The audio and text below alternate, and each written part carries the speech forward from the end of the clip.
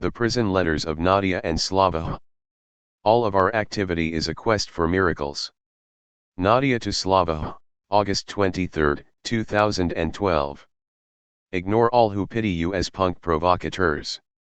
Slavoj to Nadya, August 26, 2012. It is so important that you persist. Slavoj to Nadya, January 2, 2013. We count ourselves among those rebels who court storms.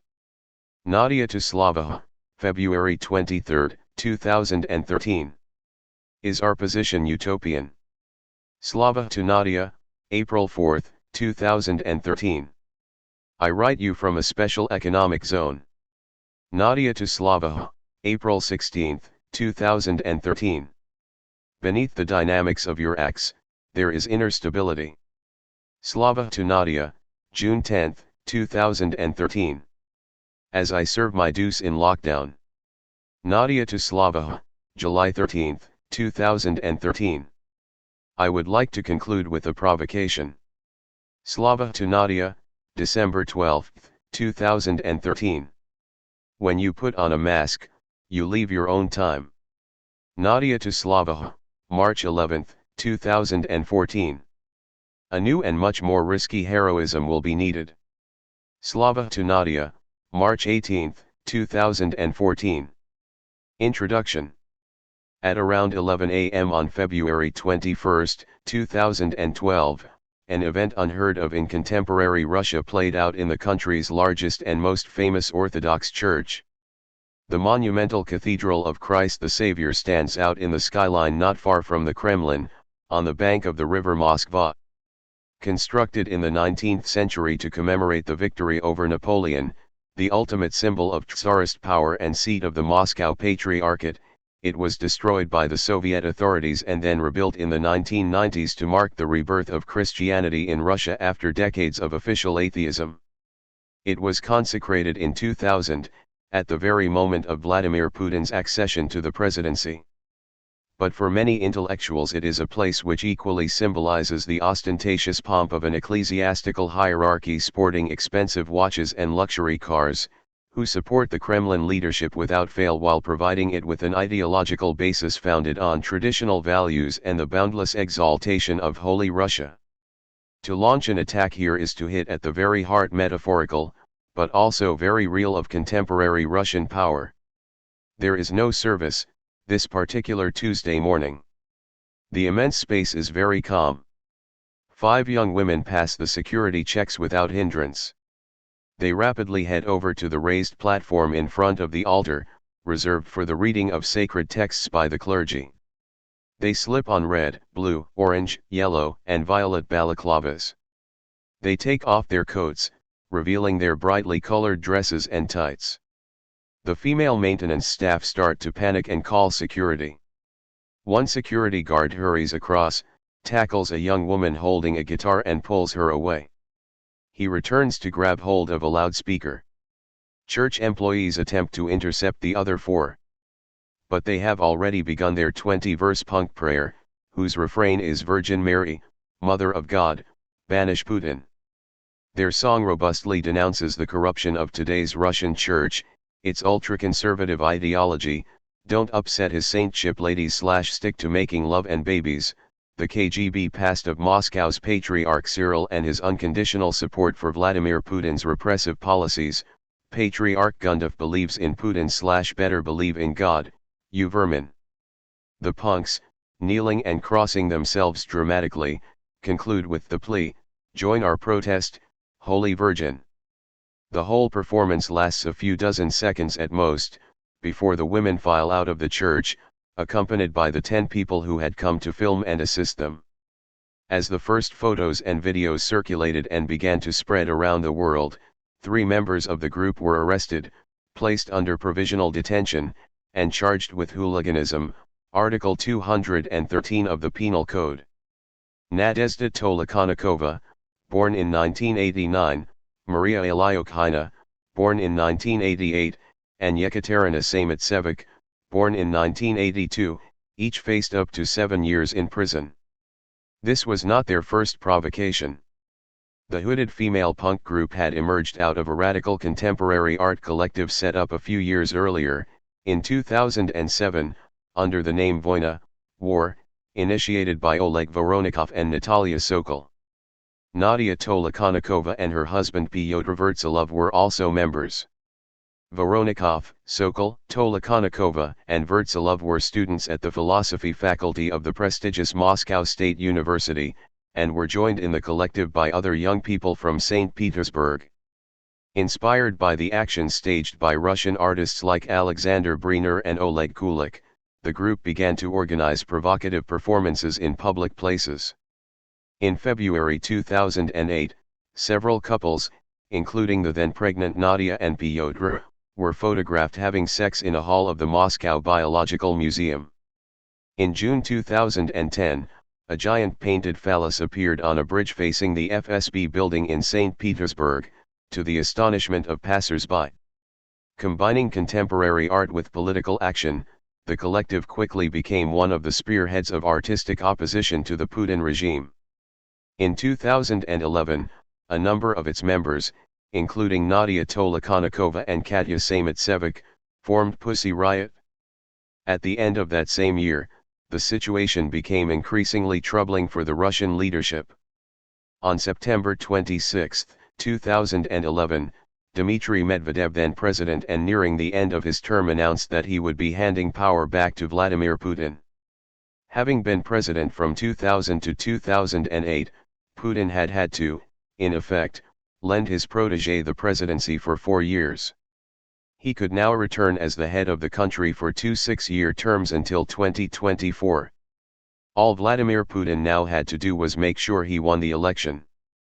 Parts of Russian society were shocked by these far from democratic shenanigans, and had little love for a regime that appears to be lasting longer than did that of Leonid Brezhnev. The anger exploded after December 4, 2011, following parliamentary elections that handed victory to the Kremlin-controlled United Russia Party as a result of massive, and crude, electoral fraud. Street demonstrations in the larger towns and cities rallied tens, even hundreds of thousands of people. There had been no equivalent protests since the era of perestroika. Pussy Riot participated enthusiastically, taking all sorts of risks. On January 20, 2012, 8 group members performed a song mocking candidate Putin in the middle of Red Square, facing the Kremlin, the sacred site of political power. On February 21 they broke new ground by targeting the absolute taboo, the Russian church hierarchy's support for Kremlin policy. This time, it was too much. 3 young women were arrested. After a hard-fought presidential campaign, in the end Putin was elected on March 4, 2012. Now came the systematic, brutal retaliation against those who had led the protests of the preceding winter, under various different pretexts. On August 17, at the end of a trial packed with solidarity demonstrations, and the arrest of sympathizers, the 3 members of Pussy Riot were sentenced to 2 years in a penal colony for vandalism and incitement to religious hatred. The prosecutor's argument hinged on the blasphemous aspect of their action, even though such a notion was at that time absent from the Russian Penal Code. They appealed. Katya was released on October 10, but Nadya and Masha were sent to separate penal colonies, the former to Mordovia, the traditional home of the Soviet gulags, and the latter to the Perm region. While they were still in provisional detention in Moscow, the independent Russian weekly The New Times published an interview with the prisoners. Nadya explained the essentially political aspect of her action, begged pardon of any believers whom she might have offended. She resolutely took to the philosophical terrain, quoting Socrates and Diogenes. She confessed, "I am currently reading an essay by Slavoj Zizek, Violence. What Zizek writes is very important to us. According to him, the fundamentalist believers of each different religion emerge on account of their lack of true faith, not because of deep faith. I would really love to meet Zizek." Struck by this declaration of philosophical love, I wrote at once to Slavoj Zizek and proposed that he come to Moscow to meet Nadya. She was then still in the capital, awaiting the result of the appeal hearing. My plan was to publish their discussion in Philosophy magazine, and Zizek quickly replied, "Yes, of course." I requested the help of Zoya Svetova, the New Times journalist who had published the interview in which Nadya voiced her admiration for Zizek and had access to detainees on account of her status as a prison visitor. While we were waiting for authorization, however, Tolokonnikova was sent from the detention center where she had been held throughout the trial to Camp PC-14 in Mordovia, thousands of miles from Moscow. It was unrealistic to imagine going there with Zizek. No one would ever have given him authorization to visit. So in December 2012 I proposed to Slavoj that he begin a correspondence with Nadya. He accepted enthusiastically, emailing me his first letter. The exchange of letters took place as follows: we had Zizek's letters translated from English into Russian, then sent them to Zoya Svetova.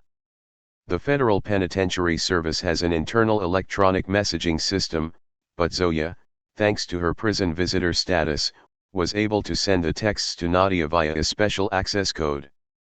After being read and verified by prison officials, the messages were forwarded to the prisoner. Nadya responded, writing by hand on special forms. Her letters were then transcribed for the messaging system by the prison administration and sent to the correspondent who pays for the cost of this service. The responses were also clearly subjected to censorship at the hands of the penal colony. Once Zoya received them and transmitted them to us, all that was left to do was translate them into English and forward them to Slavoj.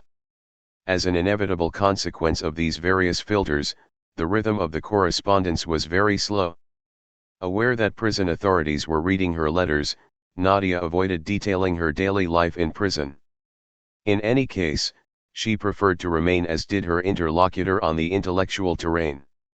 The result of their correspondence is in the image of these two personalities. A disjointed melange of poetry, rage, and fine neo-Marxist dialectics, evidencing their extraordinary temperaments. But beyond this exceptional human encounter between a ringleader of global contestation and a symbol of its persecution, something more profound emerged. At the beginning, the dialogue was in part an expression of mutual admiration. Zizek saw the adventures of Pussy Riot as a manifestation of the world spirit, just as Hegel had seen Napoleon's cavalcade conquering Europe as the incarnation of a more general historical lesson. In his view, the members of the group were challenging both Putin's authoritarianism and the Stalinization of contemporary capitalism. Tolokonnikova, after recounting that she had recently dreamt of the philosopher, responded with a Nietzschean rallying cry, "We are the children of Dionysus," she proclaimed, those sowing chaos among the established order. She also explicitly situated herself in the lineage of the great Russian thinker Nikolai Berdyaev, apostle of a spiritual liberty for the contemporary age and of a renewal of the religious as a revolt against worldly law. Considering her detention the logical outcome of her action, she courageously concluded, "We later learned the terrible conditions she was imprisoned and working in at the time she wrote these lines. When the world spirit touches you, don't think you can walk away unscathed." In his reply, Zizek critiqued a purely Nietzschean vision of Pussy Riot's struggle. The collective, he argued, was participating in a wider emancipatory movement, not just to shake people out of their complacent inertia, but to change the very coordinates of social reality such that, when things return to normal, there will be a new, more satisfying Apollonian equilibrium. According to him, to hold to an ethical position in the face of contemporary capitalism is not at all sufficient. Indeed, one can no longer play the game of subverting the order from the position of its part of no part, since the order has already internalized its own permanent subversion. With the full deployment of late capitalism, it is normal life itself which, in a way, becomes carnivalized, with its constant reversals, crises, and reinvent ions. We cannot oppose one carnival by promoting another. It was on this point that the exchange really fired up between the two interlocutors. Nadya posed to Slavoj a purely Marxist objection, anchored in her real, the ludic immaterial capitalism of Western creatives could not exist without a backyard too often ignored by Marxists themselves, namely the vast zone of exploitation of the poor in authoritarian regimes like China, or Russia. And so the debate was on. It is exciting to read for many reasons.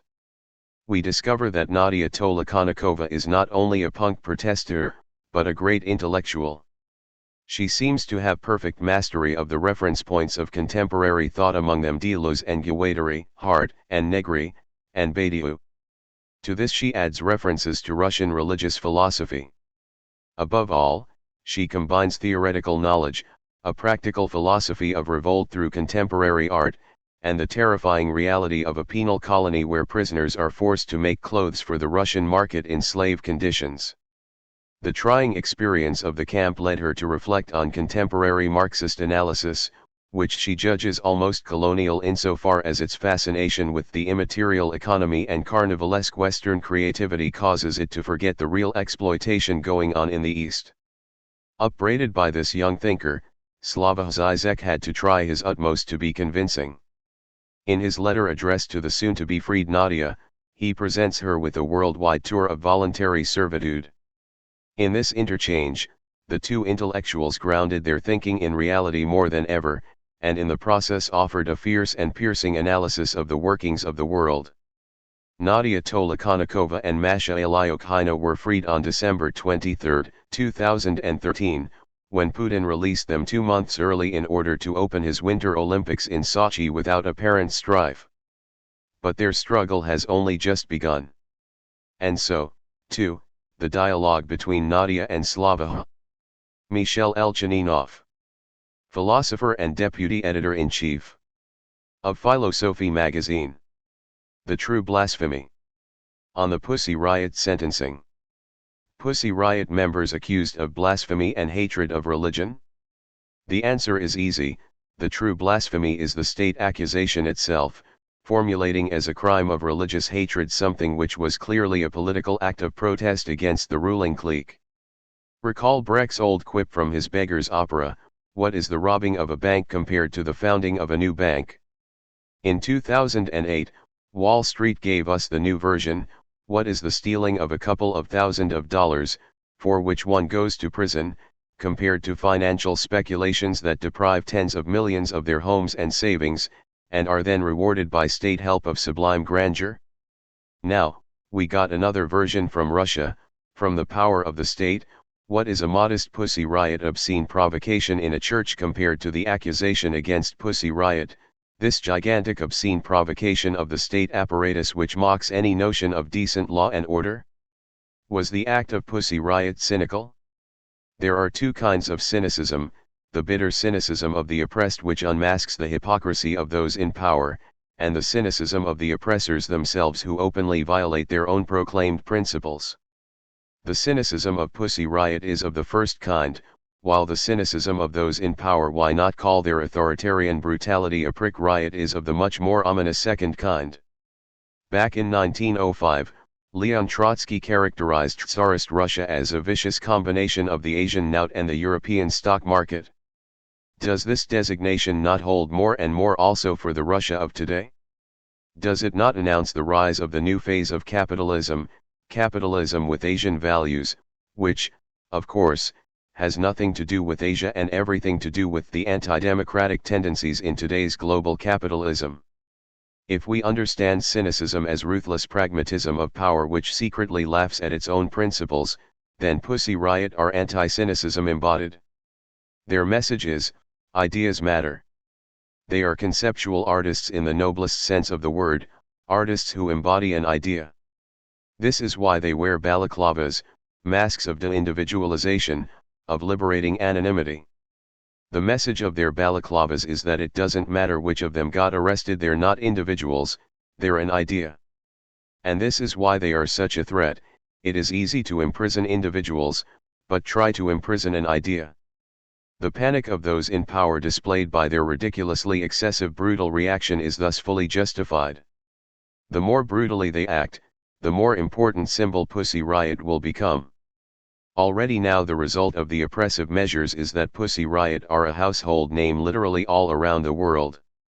It is the sacred duty of all of us to prevent that the courageous individuals who compose Pussy Riot will not pay in their flesh the price for their becoming a global symbol. Slavoj Zizek. August 7, 2012. Why I am going on hunger strike. An open letter. On Monday, September 23, I am declaring a hunger strike. This is an extreme method, but I am absolutely convinced it is my only recourse in the current situation. The prison wardens refuse to hear me. But I will not back down from my demands. I will not remain silent, watching in resignation as my fellow prisoners collapse under slave-like conditions. I demand that human rights be observed at the prison. I demand that the law be obeyed in this Mordovayan camp. I demand we be treated like human beings, not slaves. It has been a year since I arrived at Penal Colony number 14 PC14 in the Mordovayan village of Partsa. As the women convicts say, those who haven't done time in Mordovaya haven't done time at all. I had heard about the Mordovayan prison camps while I was still being held at Pretrial Detention Center number 6 in Moscow. They have the harshest conditions, the longest work days, and the most flagrant lawlessness. Prisoners see their fellows off to Mordovaya as if they were headed to the scaffold. Until the last, they keep hoping, maybe they won't send you to Mordovaya after all. Maybe the danger will pass you by. It didn't pass me by, and in the autumn of 2012, I arrived in the prison country on the banks of the Partsa River. My first impression of Mordovaya was the words uttered by the prison's deputy warden, Lieutenant Colonel Kupryanov, who actually runs PC-14. You should know that when it comes to politics, I am a Stalinist. Colonel Kulagin, the other warden, the prison is administered in tandem, called me in for a chat my first day here in order to force me to confess my guilt. A misfortune has befallen you. Isn't that right? You've been sentenced to 2 years in prison. People usually change their views when bad things happen to them. If you want to be paroled as soon as possible, you have to confess your guilt. If you don't, you won't get parole. I told him right away I would work only the 8 hours a day stipulated by the labor code. The code is the code. What really matters is making your quota. If you don't, you work overtime. And we've broken stronger wills than yours here. Colonel Kulagin replied. My whole shift works 16 to 17 hours a day in the sewing workshop, from 7:30 in the morning to 12:30 at night. At best, we get 4 hours of sleep a night. We have a day off once every month and a half. We work almost every Sunday. Prisoners voluntarily apply to work on weekends. In fact, there is nothing voluntary about it. These applications are written involuntarily on the orders of the wardens and under pressure from the inmates who help enforce their will. No one dares to disobey, that is, not apply to go to the manufacturing zone on Sunday, meaning going to work until 1 in the morning. Once, a 50-year-old woman asked to go back to the dorm zone at 8 p.m. instead of 12:30 p.m. so she could go to bed at 10 p.m. and get 8 hours of sleep just once that week. She was not feeling well, she had high blood pressure. In response, a dorm unit meeting was called, where the woman was scolded, humiliated, insulted, and branded a parasite. What, do you think you're the only one who wants more sleep? You need to work harder, you're strong as a horse. When someone from the shift doesn't come to work on doctor's orders, they're bullied as well. I sewed when I had a fever of 40 centigrade, and it was fine. Who did you think was going to pick up the slack for you? I was welcomed to my dorm unit by a convict finishing up a 9-year sentence. The pigs are scared to put the squeeze on you themselves. They want to have the inmates do it. Conditions at the prison really are organized in such a way that the inmates in charge of the work shifts and dorm units are the ones tasked by the wardens with crushing the will of inmates, terrorizing them, and turning them into speechless slaves. There is a widely implemented system of unofficial punishments for maintaining discipline and obedience. Prisoners are forced to stay in the local until lights out, one meaning they are forbidden to go into the barracks, whether it is fall or winter. In the second unit, where the disabled and elderly live, there was a woman who ended up getting such bad frostbite after a day in the local that her fingers and one of her feet had to be amputated. The wardens can also shut down sanitation, forbid prisoners to wash up or go to the toilet, and shut down the commissary and the tea room, forbid prisoners to eat their own food and drink beverages. It's both funny and frightening when a 40-year-old woman tells you, "So we're being punished today. I wonder whether we'll be punished tomorrow, too." She can't leave the sewing workshop to pee or take a piece of candy from her purse. It's forbidden. Dreaming only of sleep and a sip of tea, the exhausted, harassed and dirty convict becomes obedient putty in the hands of the administration, which sees us solely as a free workforce. So, in June 2013, my monthly wages came to 29 rubles. 29 rubles, 2-hour shift sews 150 police uniforms per day. Where does the money made from them go? The prison has been allocated funding to buy completely new equipment a number of times. However, the administration has only had the sewing machines repainted, with the convicts doing the work. We sew on obsolete and worn-out machines. According to the labor code, when equipment does not comply with current industry standards, production quotas must be lowered vis-a-vis standard industry norms. But the quotas only increase, abruptly and suddenly. If you let them see you can deliver 100 uniforms, they'll raise the minimum to 120, say veteran machine operators. And you cannot fail to deliver, either, or else the whole unit will be punished, the entire shift. Punished, for instance, by everyone being forced to stand on the parade ground for hours. Without the right to go to the toilet. Without the right to take a sip of water. 2 weeks ago, the production quotas for all prison work shifts were arbitrarily increased by 50 units. If previously the minimum was 100 uniforms a day, now it is 150. According to the labor code, workers must be notified of a change in the production quota no less than 2 months before it goes into effect. At PC14, we just woke up one day to find we had a new quota because the idea happened to have popped into the heads of the wardens of our sweatshop. That's what the prisoners call the penal colony. The number of people in the work shift decreases, they are released or transferred, but the quota grows. As a result, those who remain have to work harder and harder. The mechanics say they don't have the parts to repair the machinery and will not be getting them. There are no spare parts. When will they come? What, you don't live in Russia? How can you ask such questions? During my first few months in the manufacturing zone, I nearly mastered the profession of mechanic, out of necessity and on my own. I would attack my machine, screwdriver in hand, desperate to fix it. Your hands are scratched and poked by needles, your blood is all over the table, but you keep on sewing. You are part of an assembly line, and you have to do your job alongside the experienced seamstresses. Meanwhile, the damned machine keeps breaking down.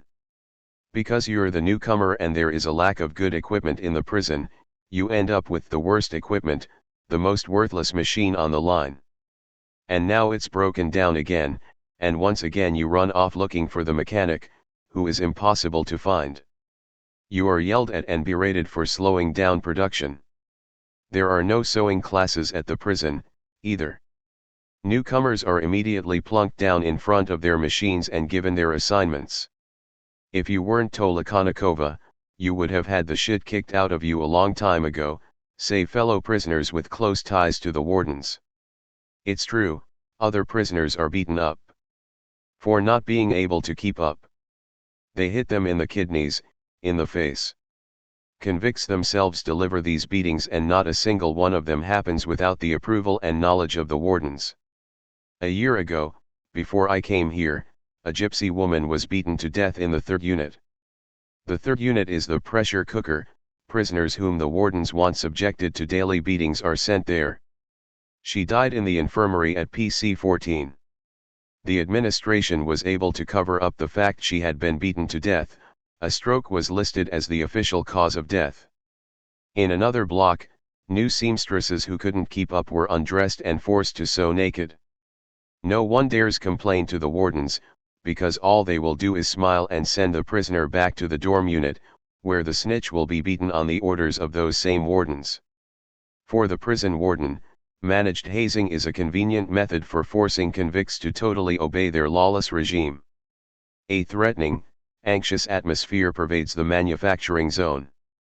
Eternally sleep-deprived, overwhelmed by the endless race to fulfill inhumanly large quotas, the convicts are always on the verge of breaking down, screaming at each other, fighting over the smallest things. Just recently, a young woman got stabbed in the head with a pair of scissors because she didn't turn in a pair of pants on time.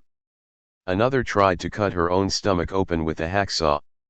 She was stopped from finishing the job.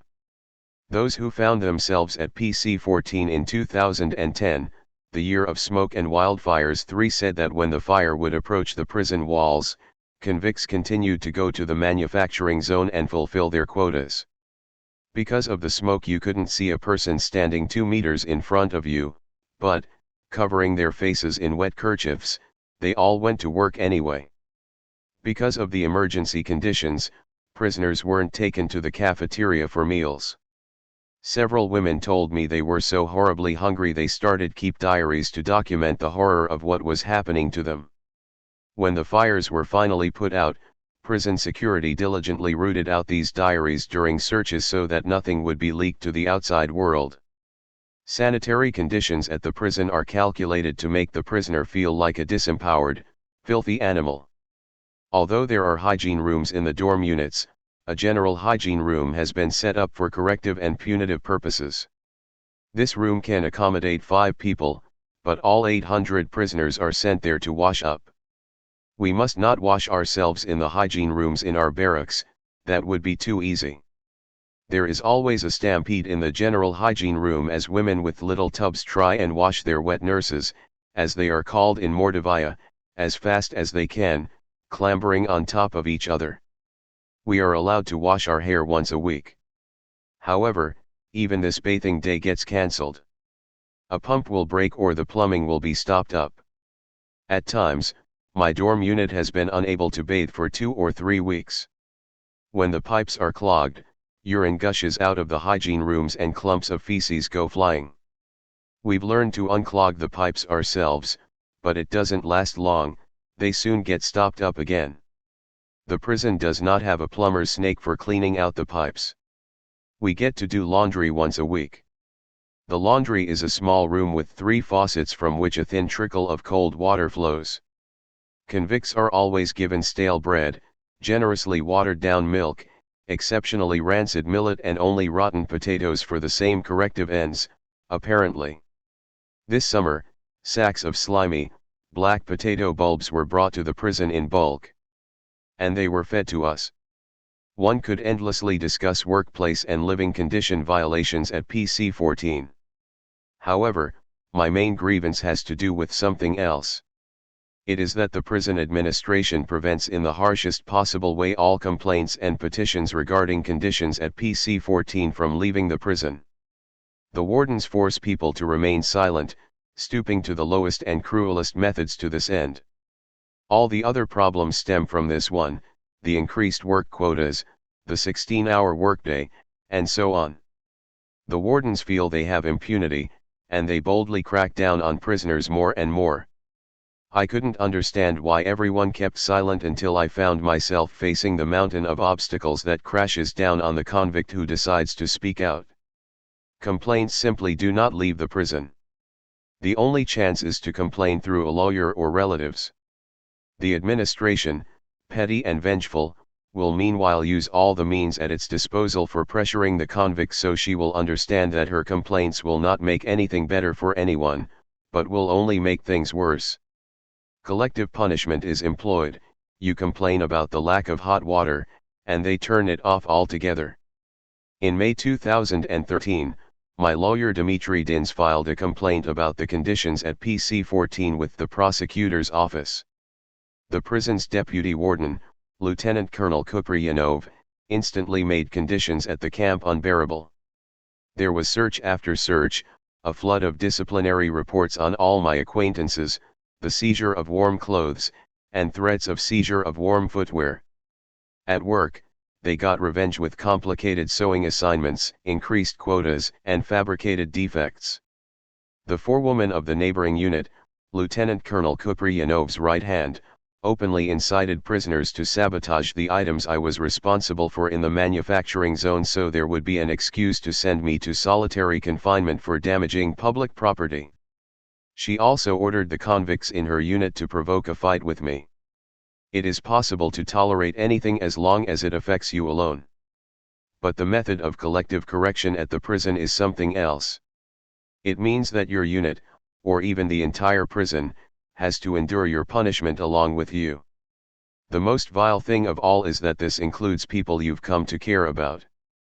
One of my friends was denied parole, which she had been working towards for 7 years by diligently overfulfilling quotas in the manufacturing zone. She was reprimanded for drinking tea with me. Lieutenant Colonel Kupryanov transferred her to another unit the same day. Another close acquaintance of mine, a very cultured woman, was thrown into the pressure cooker unit for daily beatings because she had read and discussed with me a Justice Department document entitled Internal Regulations at Correctional Facilities.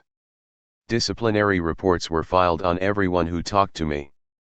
It hurt me that people I cared about were forced to suffer. Laughing, Lieutenant Colonel Kupryanov said to me then, "You probably don't have any friends left." He explained it was all happening because of Dinsk's complaints. Now I see I should have gone on hunger strike back in May, when I first found myself in this situation. However, seeing the tremendous pressure put on other convicts, I stopped the process of filing complaints against the prison. 3 weeks ago, on August 30th, I asked Lieutenant Colonel Kupryanov to grant the prisoners in my work shift 8 hours of sleep. The idea was to decrease the workday from 16 to 12 hours. "Fine, starting Monday, the shift can even work 8 hours, he replied. I knew this was another trap because it is physically impossible to make our increased quota in 8 hours. So the work shift would lag behind and face punishment. If they find out you were the one behind this, the lieutenant colonel continued, you definitely will never have it bad again, because there is no such thing as bad in the afterlife." Kupryanov paused. "And finally, never make requests for everyone. Make requests only for yourself.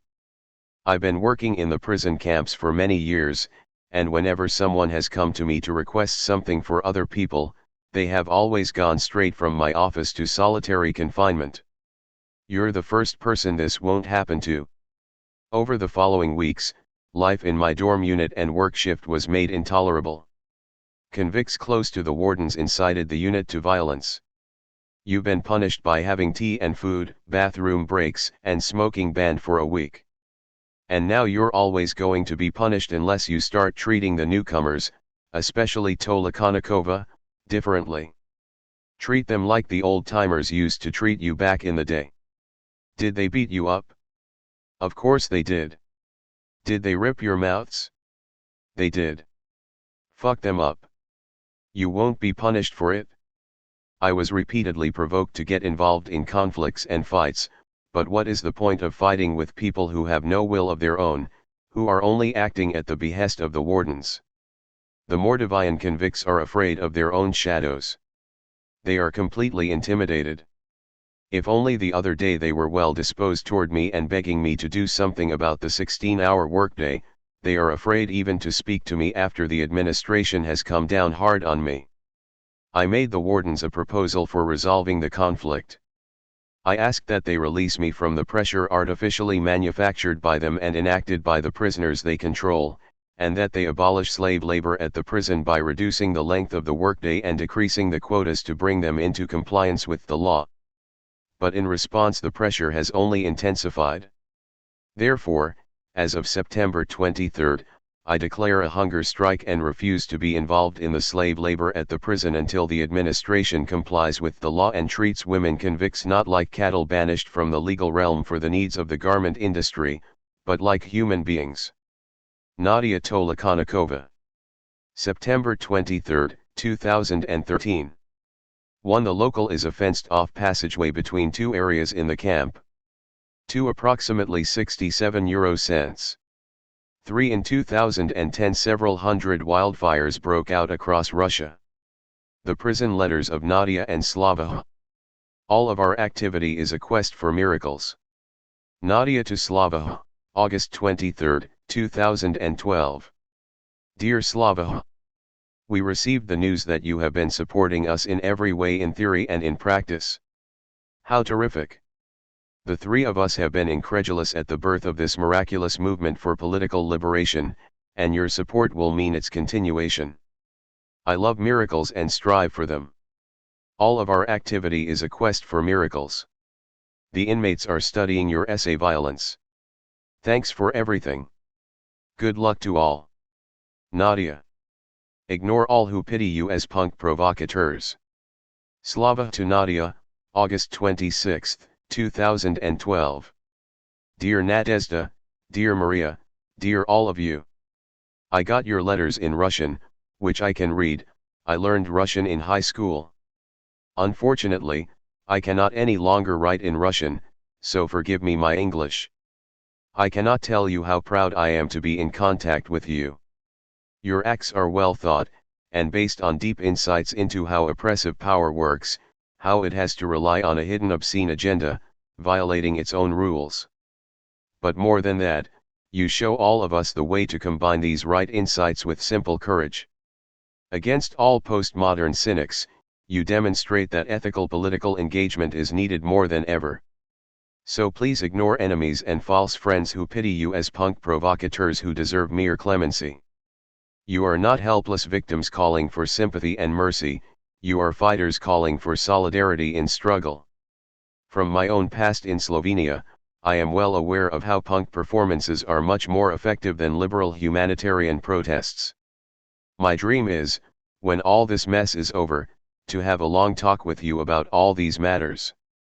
But I am well aware that we are fragile human beings at the mercy of forces of oppression, and this is why I am also filled with sad rage and fury. Why can I not do more to help you? Please just let me know how I can be of any help and I will do it, be it political or personal. Next week I go to Toronto to present the new film The Pervert's Guide to Ideology, and I will dedicate it to you. It may sound crazy, but although I am an atheist, you are in my prayers. Prayers that you will soon see your family, children, friends. Prayers that you will at least have some time to read and reflect in peace while in prison. All my love. Slavoj. It is so important that you persist. Slavoj to Nadya, January 2, 2013.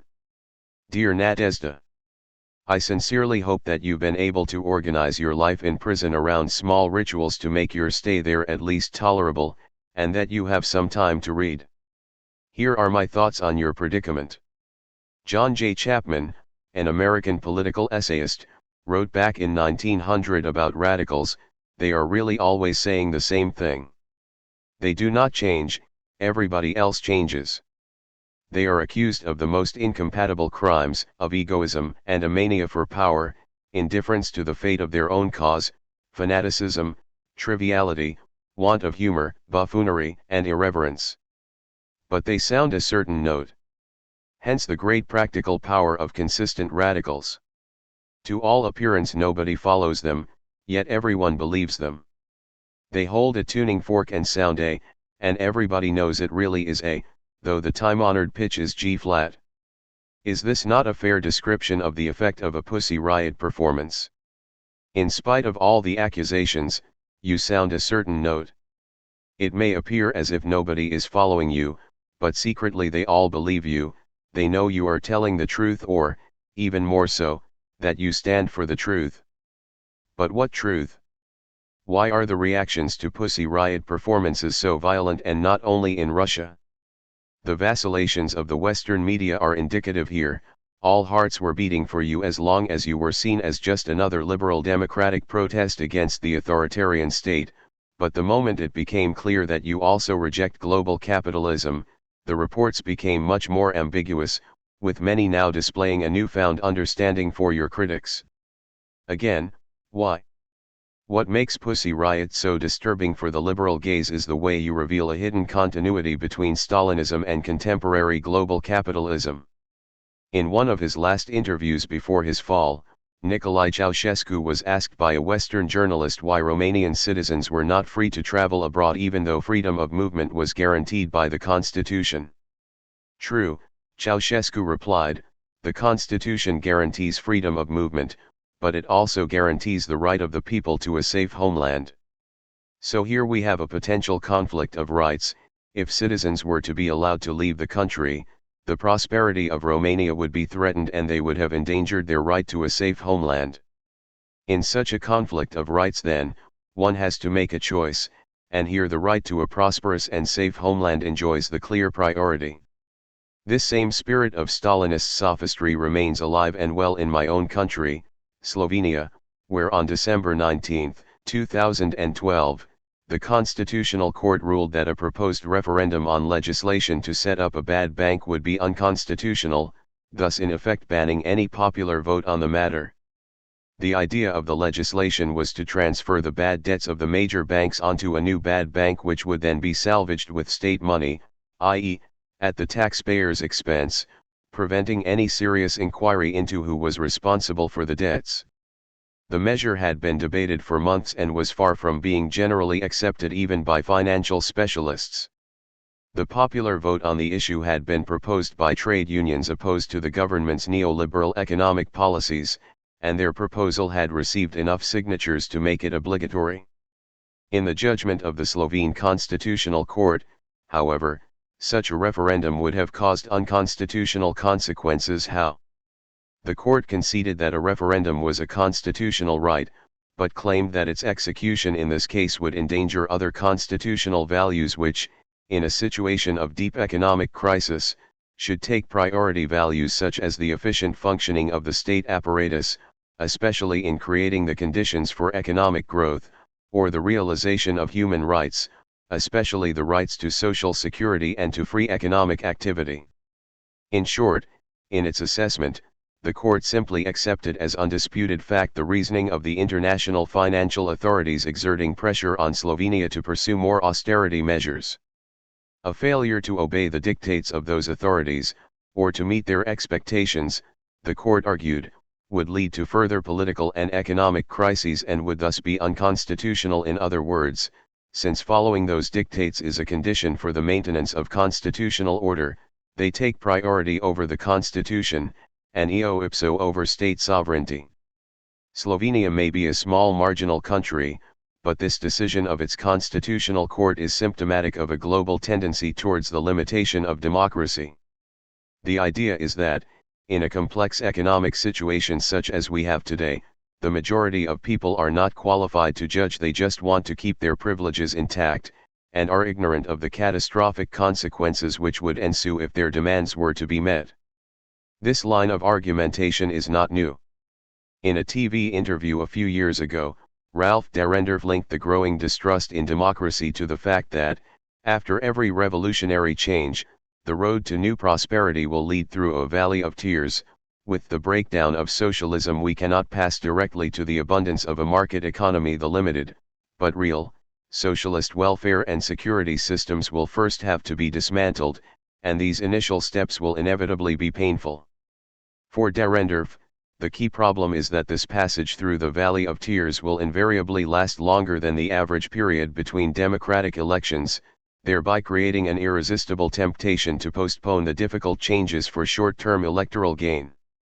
But if the majority are likely to resist the necessary restructuring, would the logical conclusion not then be that, for a decade or so, an enlightened elite should take power, even by non-democratic means, in order to enforce the necessary measures and thus lay the foundations for a truly stable democracy? When developing countries are prematurely democratized, the result is a populism which ends in economic catastrophe and political despotism. No wonder then that today's most economically successful third world countries, Taiwan, South Korea, Chile, embraced full democracy only after a period of authoritarian rule. Does this line of thinking not also provide the best justification for the maintenance of an authoritarian regime in China? What is new today is that, with the continuation of the crisis that began in 2008, this same distrust of democracy, once limited to third world or post-communist countries, is gaining ground in the developed Western countries themselves. What, a decade or two ago, was merely patronizing advice to others, now concerns ourselves, as Western Europe, in its passage from the post-war welfare state to the new global economy, is required to undergo a painful restructuring leading to widespread insecurity. But what if this distrust is justified? What if it is only the experts who can save us, whether with full or less than full democracy? The least one can say is that since 2008 the crisis has furnished us with more than adequate proof of how it is not the people but the experts themselves who, in the vast majority, have no idea what they are doing. In Western Europe, we are effectively witnessing the increasing inability of the ruling elite to rule. Look at how they've dealt with the Greek crisis, putting pressure on Greece to repay its debts while at the same time ruining its economy through imposed austerity measures, thereby ensuring that the debts will never be repaid. No wonder, then, that Pussy Riot makes us all uneasy. You know very well what you don't know, you don't pretend to have fast and easy answers, but what you are also telling us is that those in power don't know either. Your message is that, in Europe today, the blind are leading the blind. This is why it is so important that you persist. In the same way that, after witnessing Napoleon entering Jena, Hegel wrote that it was as if he had seen the world spirit riding in on a horse, you, sitting there in prison, embody nothing less than the critical awareness of us all. Comradely greetings. Slavoj. We count ourselves among those rebels who court storms. Nadya to Slavoj, February 23, 2013. Dear Slavoj.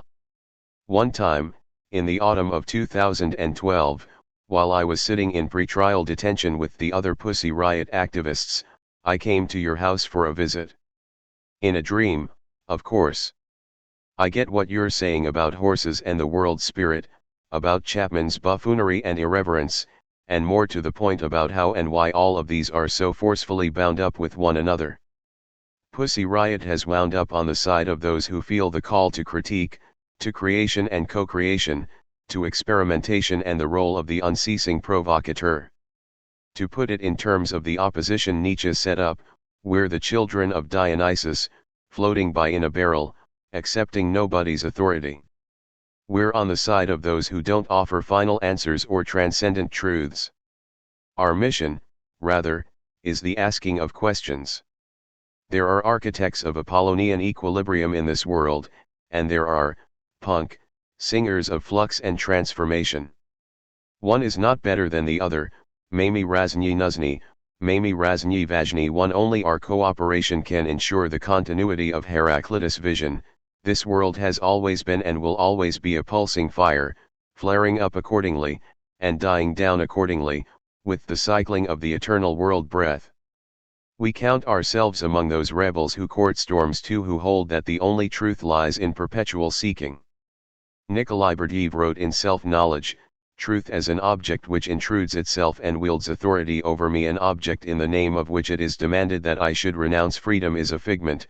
Truth is no extraneous thing, it is the way and the life. Truth is spiritual conquest, it is known in and through freedom. Christianity itself is to me the embodiment of the revolt against the world and its laws and fashions.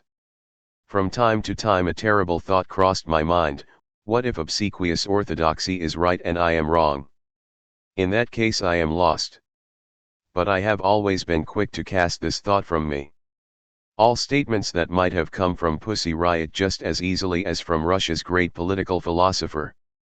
In 1898, Berdyaev was arrested on charges of agitating for the Social Democrats, indicted for designs on the overthrow of the government and the church, and exiled from Kiev for 3 years to the Vologda gubernia. When the world spirit touches you, don't think you can walk away unscathed. Intuition, and this is where your blind leading the blind comes in, is of stunning importance. The main thing is to realize that you yourself are as blind as can be.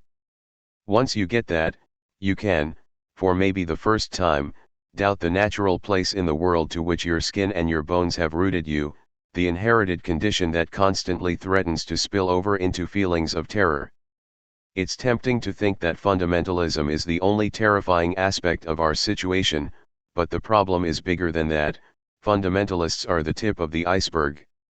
There's a powerful anti-fascist dictum that the fascists do the killing, the authorities the burying.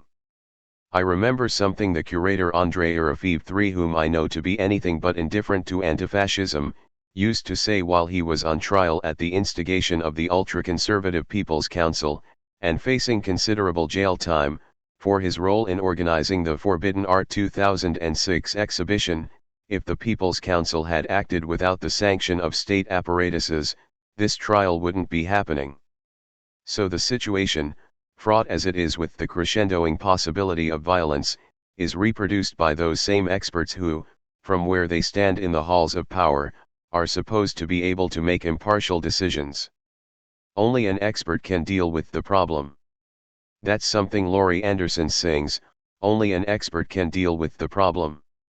If only Laurie and I could have had the chance to take those experts down a peg and solve our problems without them. Because expert status is no portal to the kingdom of absolute truth. Reasonable minds at last are seeing how truth can come from the mouths of innocents. It's not in vain that the Rus for so esteems its holy fools, its mad ones. In the beating, political heart of civil Russia's capital city, at the site of Pussy Riot's January 2012 performance, at the base of Red Square, stands St. Basil's Cathedral, named after Russia's beloved Basil Fool for Christ. Cultural competence and sensitivity to the zeitgeist don't come with a college diploma or live in an administrator's briefcase. You need to know which way to point the map. Humor, buffoonery, and irreverence might turn out to be modes of seeking truth. Truth is multifaceted, its seekers many and varied. Different but equal, as another good anti-fascist slogan had it. I think Plato was pretty much wrong when he defined human beings as featherless bipts. No, a person does a lot more doubting than a plucked cock does. And these are the people I love, the Dionysians, the unmediated ones, those drawn to what's different and new, seeking movement and inspiration over dogmas and immutable statutes. The innocents, in other words, the speakers of truth. 2 years for Pussy Riot, the price we owe fate for the gift of perfect pitch that enables us to sound out an A, even while our old traditions teach us to listen for G-flat. How can we resolve the opposition between experts and innocents? I don't know. But this I can tell you, the party of the innocents, as in Herod's time, will exemplify resistance. We'll find our own basket and Pharaoh's daughter to help us. Those who keep a childlike faith in the triumph of truths over lies, and in mutual aid, who live their lives entirely within the gift economy, will always receive a miracle at the exact moment they need it. Nadya. PC 14, Mordovaya. 1. A line from the popular Soviet children's writer Sergei Makhakov: moms of all kinds are needed, and moms of all kinds are important. 2. Tolokonnikova here is quoting from Mikhail Lermontov's 1832 poem The Sale, a classic many Russians can recite from memory. The poem ends, the sail rebellious, courts a storm, / as though in storms it might find peace. 3. In 2010, Arafeev and his colleague Yuri Samodurov were tried and convicted on the charge of inciting religious hatred. Members of the artists' collective Voyna, War, stormed into the courtroom during sentencing, with the intention of releasing several thousand live cockroaches. Among those involved in the action was Yekaterina Sametsevich, who would later be arrested for participating in Pussy Riot's punk prayer alongside Tolokonnikova and Alyokhyna. 4. An antiquated name for the earliest Slavic polities in the area of contemporary Russia, roughly akin to calling England Britannia. Is our position utopian? Slavoj to Nadya, April 4, 2013. Dear Nadya, I was so pleasantly surprised by the arrival of your letter. The long delay had raised a fear in me that the authorities will prevent our communication. I was deeply honored, flattered even, by my appearance in your dream. For me, appearing in a dream is forever associated with a precise date, the night of June 25, 1935, when Trotsky in exile dreamt that the dead Lenin was questioning him anxiously about his illness, I answered that I already had many consultations and began to tell him about my trip to Berlin, but looking at Lenin I recalled that he was dead. I immediately tried to drive away this thought, so as to finish the conversation. When I had finished telling him about my therapeutic trip to Berlin in 1926, I wanted to add, "This was after your death," but I checked myself and said, "After you fell ill." There is an obvious link with the Freudian dream in which a father who doesn't know that he's dead appears to the dreamer. So what does it mean that Lenin doesn't know he's dead? There are two radically opposed ways of reading Trotsky's dream. According to the first, the terrifyingly ridiculous figure of the undead Lenin who doesn't know that he's dead stands for our own obstinate refusal to renounce our grandiose utopian projects and accept the limitations of our situation. There is no big other. Lenin was mortal and made errors like everyone else, so it is time for us to let him die, put to rest this obscene ghost haunting our political imaginary, and approach our problems in a pragmatic, non-ideological way. But there is another sense in which Lenin is still alive. He is alive insofar as he embodies what Alain Badiou calls the eternal idea of universal emancipation, the immortal striving for justice that no insult or catastrophe will manage to kill Lenin lives wherever there are people who still fight for the same idea. Is this not our predicament today? And by our I mean those who remain faithful to the radical emancipatory, in short, communist, political vision. Are we to be dismissed as dangerous utopians harboring new catastrophes, or to quote your wonderful concluding thought, will there always be a miracle at the right moment in the lives of those with a childlike faith in the triumph of truths over lies? We should not be ashamed to evoke here, as you do, the tradition of the fools for Christ. Is our position utopian? I am more and more convinced that today's real utopians are those pragmatic rational experts who seem to believe that the present state of things can go on indefinitely, that we are not approaching the moment of an apocalyptic choice. If nothing in fact changes, then all of a sudden we will find ourselves living in a much darker society. You are right to question the idea that only the experts can solve our problems. Maybe there are certain kinds of problems they can solve, but what they cannot do is to identify and formulate the true problems. Experts are by definition the servants of those in power. They don't really think, they just apply their knowledge to problems defined by the powerful: how to restore stability, how to crush the protest, etc. So when, dear Nadya, you ask, how can we resolve the opposition between experts and innocents, my first answer is that, in a way, it has already been resolved by contemporary global capitalism. That is to say, are today's capitalists, especially the so-called financial wizards, really the experts they claim to be? Or are they not rather stupid babies playing with our money and our fate? Here I can't help but recall a cruel joke from Ernst Lubitsch's To Be or Not to Be, when the Nazi commanding officer nicknamed concentration camp Erhard is asked about the camps in occupied Poland. He snaps back, "We do the concentrating, the Poles do the camping." Something similar holds for the Enron bankruptcy back in January 2001, which can be interpreted as a kind of ironic commentary on the notion of the risk society, and indeed on the much greater financial catastrophes that were to follow. The thousands of employees who lost their jobs and savings were certainly exposed to risk, but without having had any real choice in the matter, the risk appeared to them like blind fate.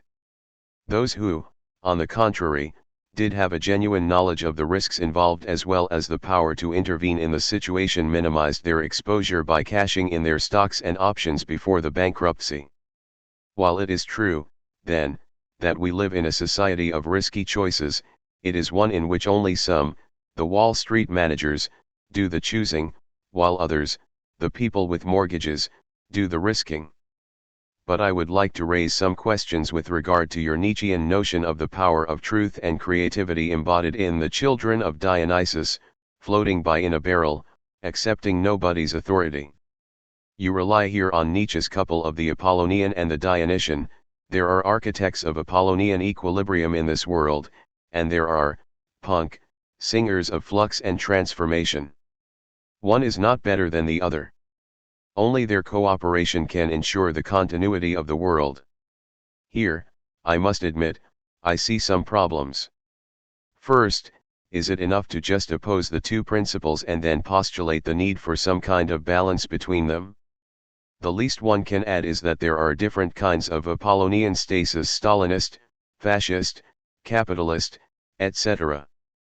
For me, the true and most difficult task of radical emancipatory movements is not just to shake people out of their complacent inertia, but to change the very coordinates of social reality such that, when things return to normal, there will be a new, more satisfying Apollonian equilibrium.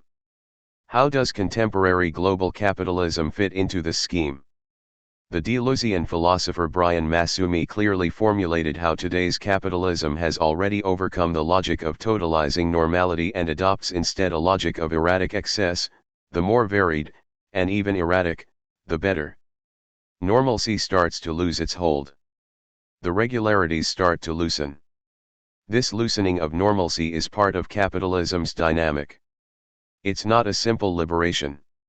It's capitalism's own form of power.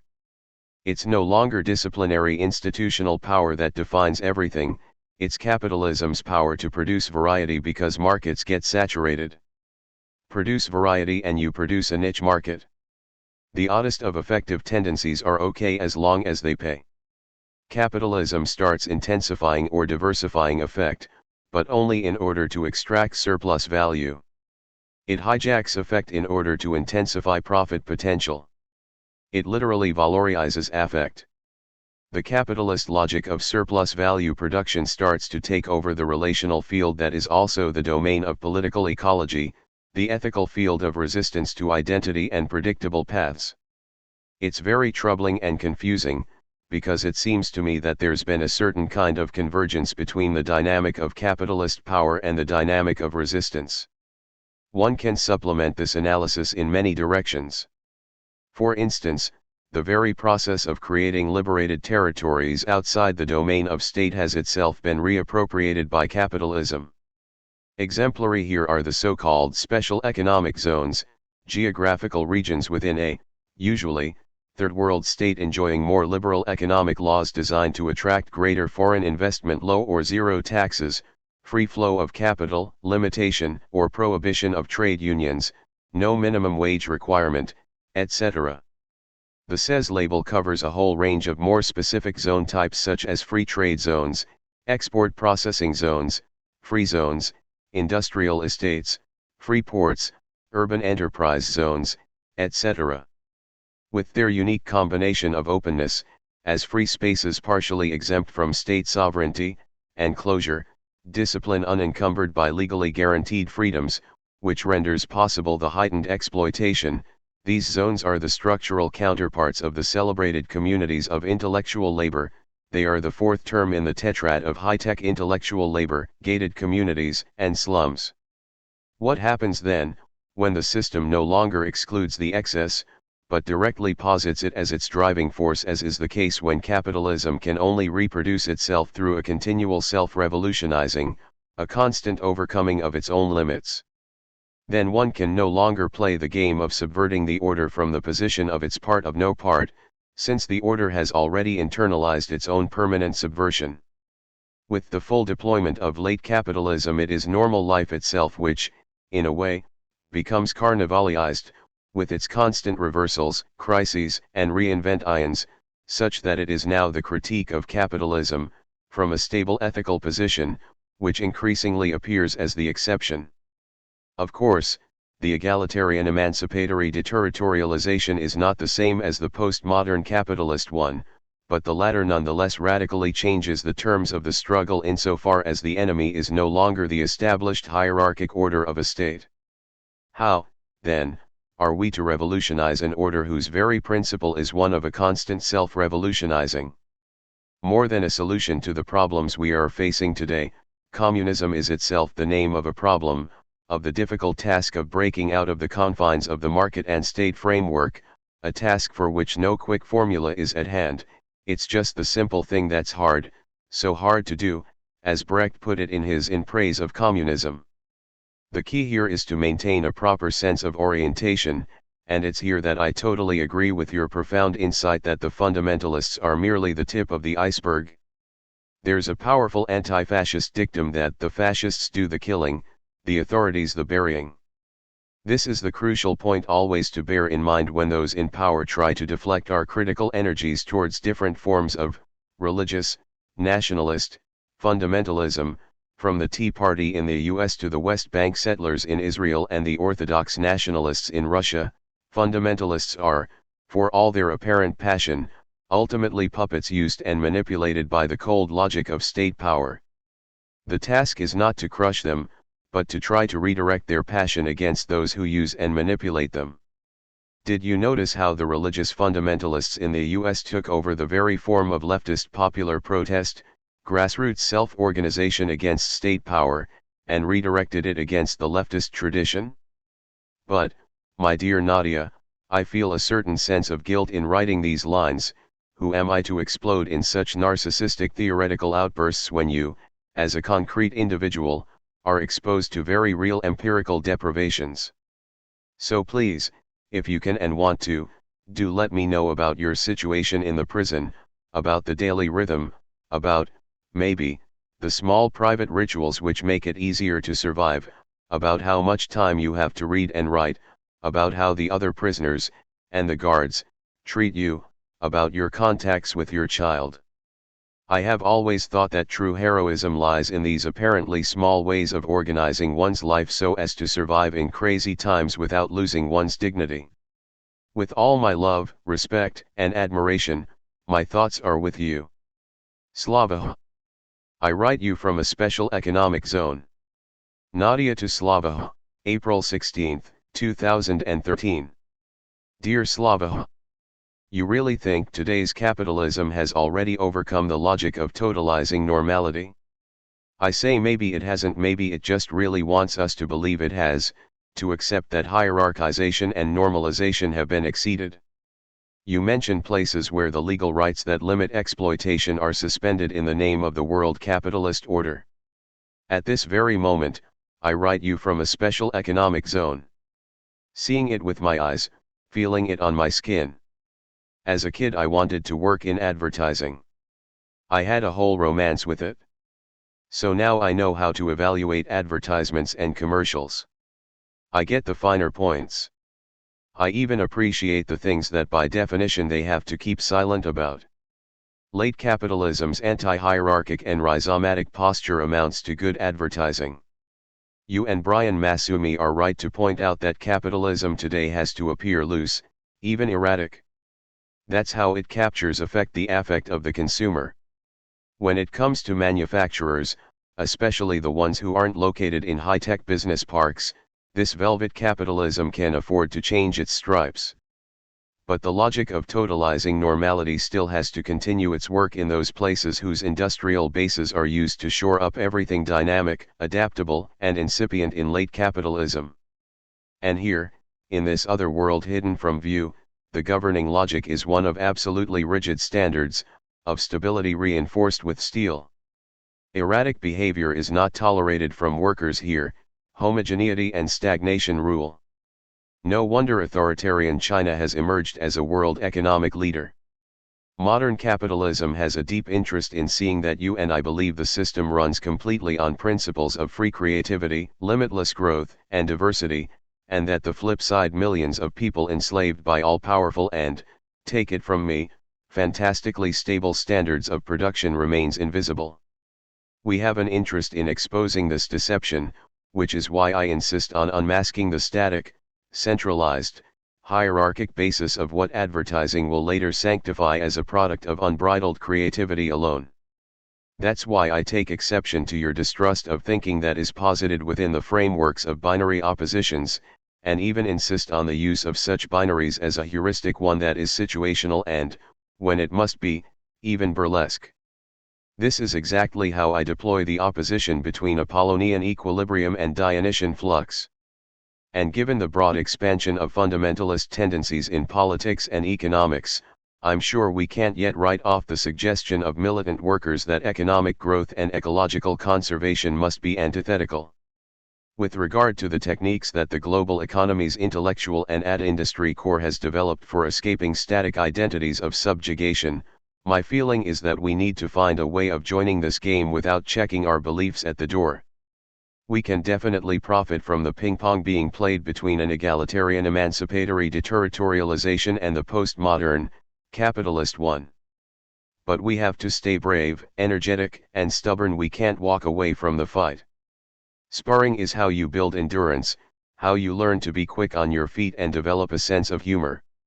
Unlike the old left, we can't just reject capitalism out of hand. We'll get further by playing with it, teasing till it's been perverted. Perverted, I mean, in the sense of being turned to face us, enlisted into our cause. Don't waste your time worrying about giving in to theoretical fabrications while I supposedly suffer empirical deprivations. There's value to me in these inviolable limits, in my being tested this way. I'm fascinated to see how I'll cope with all this, how I'll channel it into something productive for my comrades and myself. I'm finding inspiration in here, ways of evolving. Not because but in spite of the system. Your thoughts and anecdotes are a help to me as I negotiate this conundrum. I'm glad we're in touch. I await your reply. Wishing you luck in our common cause. Nadya. Beneath the dynamics of your acts, there is inner stability. Slavoj to Nadya, June 10, 2013. Dear Nadya. Let me begin by confessing that I felt deeply ashamed after reading your reply. You wrote, "Don't waste your time worrying about giving in to theoretical fabrications while I supposedly suffer empirical deprivations." This simple sentence made me aware of the falsity of the final turn in my last letter. My expression of sympathy with your plight basically meant, I have the privilege of doing real theory and teaching you about it while you are basically good for reporting on your experiences of hardship. Your last letter abundantly demonstrates that you are much more than that you are an equal partner in a theoretical dialogue. So my sincere apologies for this proof of how deeply entrenched male chauvinism can be, especially when it is masked as sympathy for the other's suffering, and let me go on with our dialogue. First, just a minor remark. I deeply appreciate your point about the advertising industry. I am myself so tired of the purist pseudo-Marxist critique of advertising as part of commodity fetishism that I am almost tempted to propose the following guideline: a critical social theorist who is not able to enjoy advertisements should not be taken seriously. But let me now pass to our key differend. Sorry that I use so many quotes, but others have formulated things much better than I am able to. Your central point is that the anti-hierarchical structures and rhizomes of late capitalism are a deceiving facade that conceals hierarchical structures and normalization. Beneath all the glitz of free creativity there is the same old static, centralized, and hierarchic material production base. With this I fully agree, up to a point. I, of course, agree that beneath the much celebrated postmodern dynamics of global capitalism lie deeply entrenched structures of domination and exploitation. But are these structures of domination and exploitation still the same old static, centralized, and hierarchic material production base? Permit me to quote here a well-known passage from the Communist Manifesto which is valid today more than ever. The bourgeoisie cannot exist without constantly revolutionizing the instruments of production, and thereby the relations of production, and with them the whole relations of society. Conservation of the old modes of production in unaltered form was, on the contrary, the first condition of existence for all earlier industrial classes. Constant revolutionizing of production, uninterrupted disturbance of all social conditions, everlasting uncertainty and agitation distinguish the bourgeois epoch from all earlier ones. All fixed, fast-frozen relations, with their train of ancient and venerable prejudices and opinions are swept away, all new-formed ones become antiquated before they can ossify. All that is solid melts into air, all that is holy is profaned. It is this crazy dynamic of global capitalism that makes effective resistance to it so difficult and frustrating.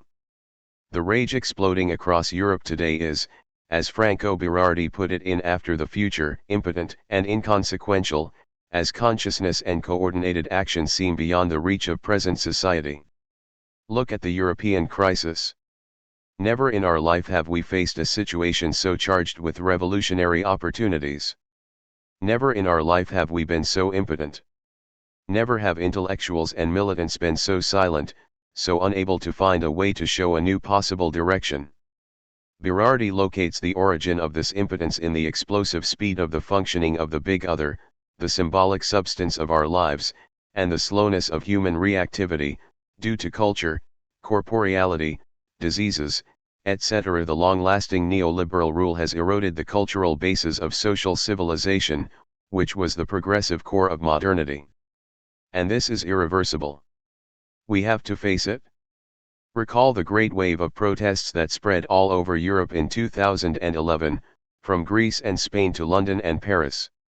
Even if for the most part there was no consistent political program mobilizing the protesters, their protests did function as part of a large-scale educational process. The protesters' misery and discontent were transformed into a great collective act of mobilization. Hundreds of thousands gathered in public squares, proclaiming that they had enough, that things cannot go on like this. However, such protests, although they constitute the individuals participating in them as universal political subjects, remain at the level of a purely formal universality. What they stage is a purely negative gesture of angry rejection and an equally abstract demand for justice, lacking the ability to translate this demand into a concrete political program. In short, these protests were not yet proper political acts, but abstract demands addressed to an other who is expected to act. One cannot but note the cruel irony of this contrast between Berardi and Hart/Negri. Hart and Negri celebrate cognitive capitalism as opening up a path towards absolute democracy, since the object, the stuff, of immaterial work is increasingly social relations themselves.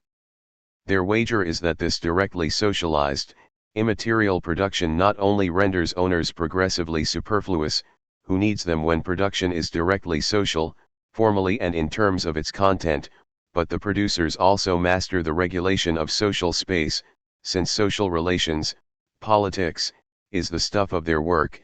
Economic production directly becomes political production, the production of society itself. Berardi's conclusion is the exact opposite. Far from bringing out the potential transparency of social life, today's cognitive capitalism makes it more impenetrable than ever, undermining the very conditions of any form of collective solidarity among the cognitariat. What is symptomatic here is the way the same conceptual apparatus leads to two radically opposed conclusions.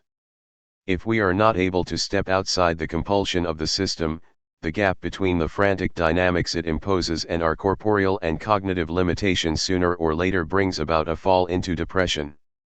Berardi makes this point apropos his friend Felix Guattari, who, in theory, preached a gospel of hyperdynamic deterritorialization, while personally suffering from long bouts of depression. Actually, the problem of depression and of exhaustion is never elaborated in an explicit way by Guattari. I see here a crucial problem of the theory of desire, the denial of the problem of limits in the organic sphere. The notion of the body without organs hints at the idea that the organism isn't something that you can define, that the organism is a process of exceeding, of going beyond a threshold, of becoming other. This is a crucial point, but it's also a dangerous point. What body, what mind is going through transformation and becoming? Which invariant lies under the process of becoming other? If you want to answer this question, you have to acknowledge death, finitude, and depression. What can be done in a situation where demonstrations and protests prove to be of no use, where democratic elections fail to make any difference? According to Berardi, only withdrawal, passivity, and the abandonment of illusions can open up a new way. Only self-reliant communities leaving the field of social competition can open a way to a new hope. I, of course, do not follow him here, but I do share his skepticism about chaotic resistance. I am more and more convinced that what really matters is what happens the day after. Can we convince the tired and manipulated crowds that we are not only ready to undermine the existing order, to engage in provocative acts of resistance, but are also able to offer the prospect of a new order? I think that Pussy Riot's performances cannot be reduced to being just subversive provocations. Beneath the dynamics of your acts, there is the inner stability of a firm ethico-political attitude. Pussy Riot does not propose merely a Dionysian destabilization of the existing static order in a deeper sense. It is today's society that is caught in a crazy capitalist dynamic with no inner sense or measure, and it is Pussy Riot which de facto offers a stable ethico-political point. Pussy Riot's very existence communicates to thousands the fact that opportunist cynicism is not the only option, that we are not totally disoriented, that there still is a common cause worth fighting for. So what I wish you is also good luck in our common cause. To be faithful to that cause means to be brave, especially today, and, as the old saying goes, fortune favors the brave. Yours, Slavoj. As I serve my deuce in lockdown. Nadya to Slavoj, July 13, 2013. Dear Slavoj, let me start this letter out by drawing a distinction I find crucial to avoiding the pitfalls of fictive universalization. At the beginning of your letter, you caught yourself in a moment of male chauvinism. But I'm inclined to think you and I and our whole conversation are susceptible to a more justified and so heavier charge, that of a colonial perspective. What I mean is that we haven't so far been accounting for regional differences and quirks in the operation of the economic and political mechanisms we're discussing. This omission, this silence, feels suddenly shameful. Seduced by your arguments, I fell unreflectingly into the classic trap of exclusive and discriminatory universalization. And in the end, like anyone toying with unfounded universals, I excluded and discriminated against myself. The difference I feel a civic duty to stipulate is between how what you call global capitalism works in the US or Europe, and how that same capitalism works in Russia. From where I'm sitting as a political activist, not to address and problematize this distinction would amount to intellectual cowardice. I know that comparing Russia with a hypothetical West will always yield more questions than answers, and I guess that's why, even though I would have loved to, I didn't get into the distinction in my last letter, which I had to jot down quickly while at my sewing machine. I'd never have time to say as much as I was thinking, sitting here in jail in one of those special economic zones, the zones of institutionalized exploitation. But recent political events have left me completely enraged.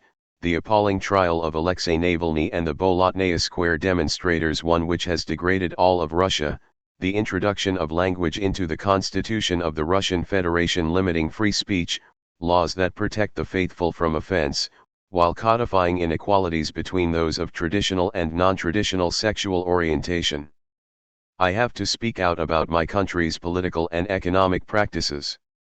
The last time I was so infuriated was October 2011, when Putin announced his third term.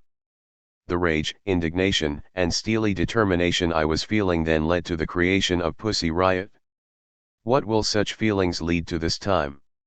Time will tell. I hope thinking through the specifics of Russia's situation might be of some use to you. Who knows, it might be productive to consider the practices of a country where those who decide the fates of people, ideas, creative energies, and entrepreneurial and political initiatives consult not a meticulous, considered portrait of the situation, as in Europe, but rather a post-expressionist spasm of color. By contemplating the state that holds me in this labor camp, you might just answer your own perplexing questions about the creation of a stable, ethico-political feeling that can unite winds of discontent. If we want to understand the future of global capitalism, we need to consider its past. In the Russia of today, of Putin's third term, a vintage politics is masquerading as new global capitalism reenacting its past before our eyes. How exactly is this going to be useful? Again, I insist that even the most developed capitalist formulation presupposes hierarchization, normalization, and exceptions. You quote Marx saying that constant revolutionizing of production and uninterrupted disturbance of all social conditions distinguish the bourgeois epoch from all earlier ones. Agreed, we see upheavals in all social relations, but they don't cancel out exploitation and standardization. Instead, the outsourcing you often criticize comes into play. Antiquated techniques of discipline migrate to the third world, into countries like mine, rich in raw materials. Of course, in the so-called developed world, disciplinary power doesn't disappear, but there are more bases of production and they're spread farther apart, so that the implementation of disciplinary power can be softer, more yielding in the face of resistance. Meanwhile, developing countries have cornered the market in discipline, which develops a horrific, archaic character. For a striking example, consider the law on offenses against the emotions of the faithful. The comeuppance on such offenses is a 3-year deprivation of actual, personal liberty, which in Russian penal practice always includes forced labor.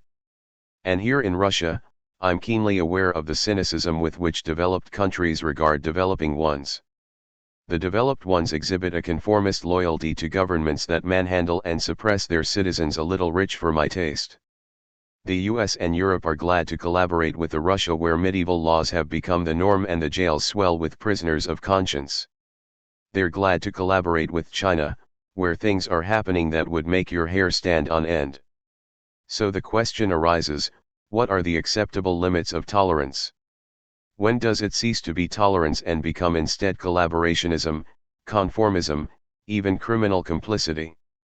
The most common justification for this kind of cynicism goes something like this: it's their country, let them do what they want. But that's just not viable, since countries like Russia and China have been enfranchised as equal partners in the system of global capitalism, which, it turns out, is by no means anti-hierarchic and rhizomatic everywhere.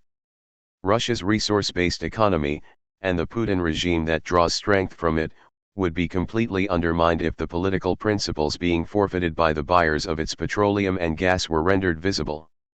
Even so small a gesture as Europe's passage of its own Magnitsky Act II would be important in principle, its implications primarily moral.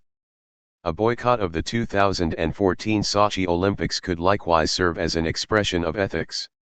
Instead, the world's continuing collusion in Russia's resource-based economy shows implicit support for, even approbation of, the Russian regime, not in words, of course, but rather in the flow of capital. It demonstrates a desire to protect the global economy's status quo and division of labor, that is, the current economic and political hierarchy. This is ample cause for concluding that the scope of anti-hierarchic trends in contemporary capitalism has been significantly overstated by Western theorists. You quote Marx saying all that is solid melts into air. Here I sit, in a country where the 10 people who run and profit from the most important spheres of the economy are quite simply Vladimir Putin's oldest friends, buddies from school, the people he plays sports with, cronies from his KGB days. What could be more elitist, more deadening than that? What else to call it except feudalism? And then, Marx adds, all that is holy is profaned. In a country where even a passing mention of religious images, ideas, and understandings might carry with it the threat of 3 years' hard labor, this characterization of the bourgeois epoch, made in 1840, can't but elicit nervous laughter. My idea's pretty simple. I think it would be helpful for Western theorists to set aside their colonial Eurocentrism and consider global capitalism in its entirety, encompassing all regional variants. Maybe then some of them will come around to my perspective that the mad flux of late capitalism is in fact one of the most successful and far-ranging maneuvers in the history of humanity. I'm in no way suggesting that anti-hierarchic trends don't exist.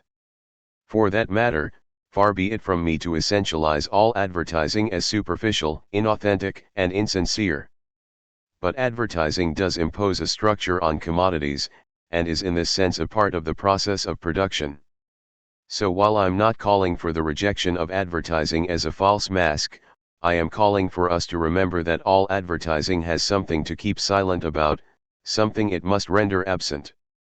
And public critical theorists, inasmuch as they're engaged in critique rather than PR for late capitalism, should be studying the workings of this silence, exposing it to the light of analysis, rather than unreflexively parroting as their own theories global capitalism's image of itself. This seems to me what we see happening in Hart and Negri. Very seductive, an idea like hyperdynamic deterritorialization. From time to time, I succumb to its charm. But I guess I've been saved from overindulging, and from the kind of depression Guattari suffered, by living in a country that over and over again confronts me with palpable evil, staggering in its enduring, deep-rooted corporeality. I think I know exactly what body, what mind is going through transformation and becoming, Berardi, as I serve my dues 3, Putin, in lockdown. All my sincere thanks to you, Slavoj, for this correspondence. I impatiently await your reply. Your Nadya. 1. In late 2011, Moscow's Bolotnaya Square became the epicenter of vocal anti-corruption protests. Among the leaders was Alexei Navalny, a Russian lawyer, blogger, and activist. A consistent critic of Putin's government, Navalny has been arrested repeatedly. In July 2013, the month this letter was written, he was sentenced to 5 years forced labor on charges of fraud and embezzlement. The following day he was released from custody. Later that year, he came in second in Moscow's mayoral elections. 2. Sergei Magnitsky was a Russian accountant who, after alleging that government officials had overseen the plunder of state holdings, was arrested by Russia's Interior Ministry. Detained without charge for 358 days, a week short of the legal maximum, he died suspiciously in custody on November 16, 2009, having previously been beaten and telling doctors he feared for his life. 3 years later, the U.S. government implemented the Magnitsky Act, a law restricting the access of Russian officials complicit in the incident to the U.S. and its banking system. Russia responded with a similar law barring entry into that country by officials complicit in U.S. torture and indefinite detention programs. 3. In an interview for a TV special celebrating his 60th birthday on October 7, 2012, Putin, asked about Pussy Riot, said that the court had slapped them with a deuce, referring to the women's 2-year sentence. He then added, "I have nothing to do with this. They asked for it, they got it." I would like to conclude with a provocation. Slavoj to Nadya, December 12, 2013. Dear Nadya, I think our conversation should go on, because we left it open at a crucial point. In your last message, you emphasized the importance of taking into account the diversity among different countries, and how this diversity demands different forms of struggle. I fully agree, of course, but I would just like to add that this very diversity has to be located within the totality of global capitalism. The Hegelian notion of totality to which I refer here is not an organic whole, but a critical notion. To locate a phenomenon in its totality does not mean to see the hidden harmony of the whole, but to include in a system all its distortions, symptoms, antagonisms, inconsistencies, as its integral parts. In other words, the Hegelian totality is by definition self-contradictory, antagonistic, inconsistent. The whole, which is the true, Hegel, das Ganz ist das Wahre, is the whole plus its symptoms, the unintended consequences which betray its untruth. For Marx, the totality of capitalism includes crises as its integral moments. For Freud, the totality of a human subject includes pathological symptoms as indicators of what is repressed in the official image of the subject. The underlying premise is that the whole is never truly whole, every notion of the whole leaves something out, and the dialectical effort is precisely the effort to include this excess, to account for it. Symptoms are never just secondary failures or distortions of a basically sound system. They are indicators that there is something rotten, antagonistic, inconsistent, at the very heart of the system.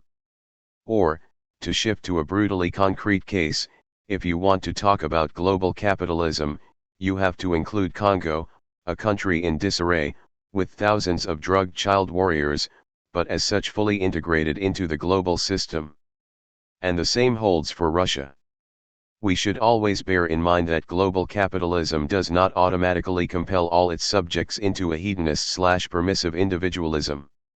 The fact that, in countries which have recently undergone rapid capitalist modernization, like India, many individuals stick to their so-called traditional, pre-modern, beliefs and ethics, family values, rejection of unbridled hedonism, strong ethnic identification, preference for community ties over individual achievement, respect for elders, etc., in no way proves that they are not fully modern, as if only those in the liberal West can afford direct and full capitalist modernization, while those from less developed Asian, Latin American, and African countries can only survive the onslaught of capitalist dynamics with the help of traditional values, i.e., as if such values are only needed when local populations are not able to survive liberal capitalism by adopting its own hedonist individualist ethics. Post-colonial subaltern theorists who see the violent modernity of global capitalism as disruptive of traditional ties are here thoroughly wrong. On the contrary, fidelity to pre-modern, Asian, values is paradoxically the very feature that allows countries like Singapore or India to follow the path of capitalist dynamics even more radically than Western liberal countries. Appeals to traditional values enable individuals to justify their ruthless engagement in market competition in ethical terms. I am really doing it to help my parents, to earn enough money so that my children and cousins will be able to study. We can say something similar about today's China. It is wrong to claim that China faces the choice of either becoming a truly capitalist country or of maintaining a communist system which inevitably thwarts full capitalist development. This choice is a fake one. In today's China, capitalist growth is exploding not in spite of communist rule but because of it. Far from being an obstacle to capitalist development, communist rule guarantees the optimal conditions for an unbridled capitalism. In short, global capitalism is a complex process which affects different countries in different ways, and what unites the protests in their multifariousness is that they are all reactions against different facets of capitalist globalization.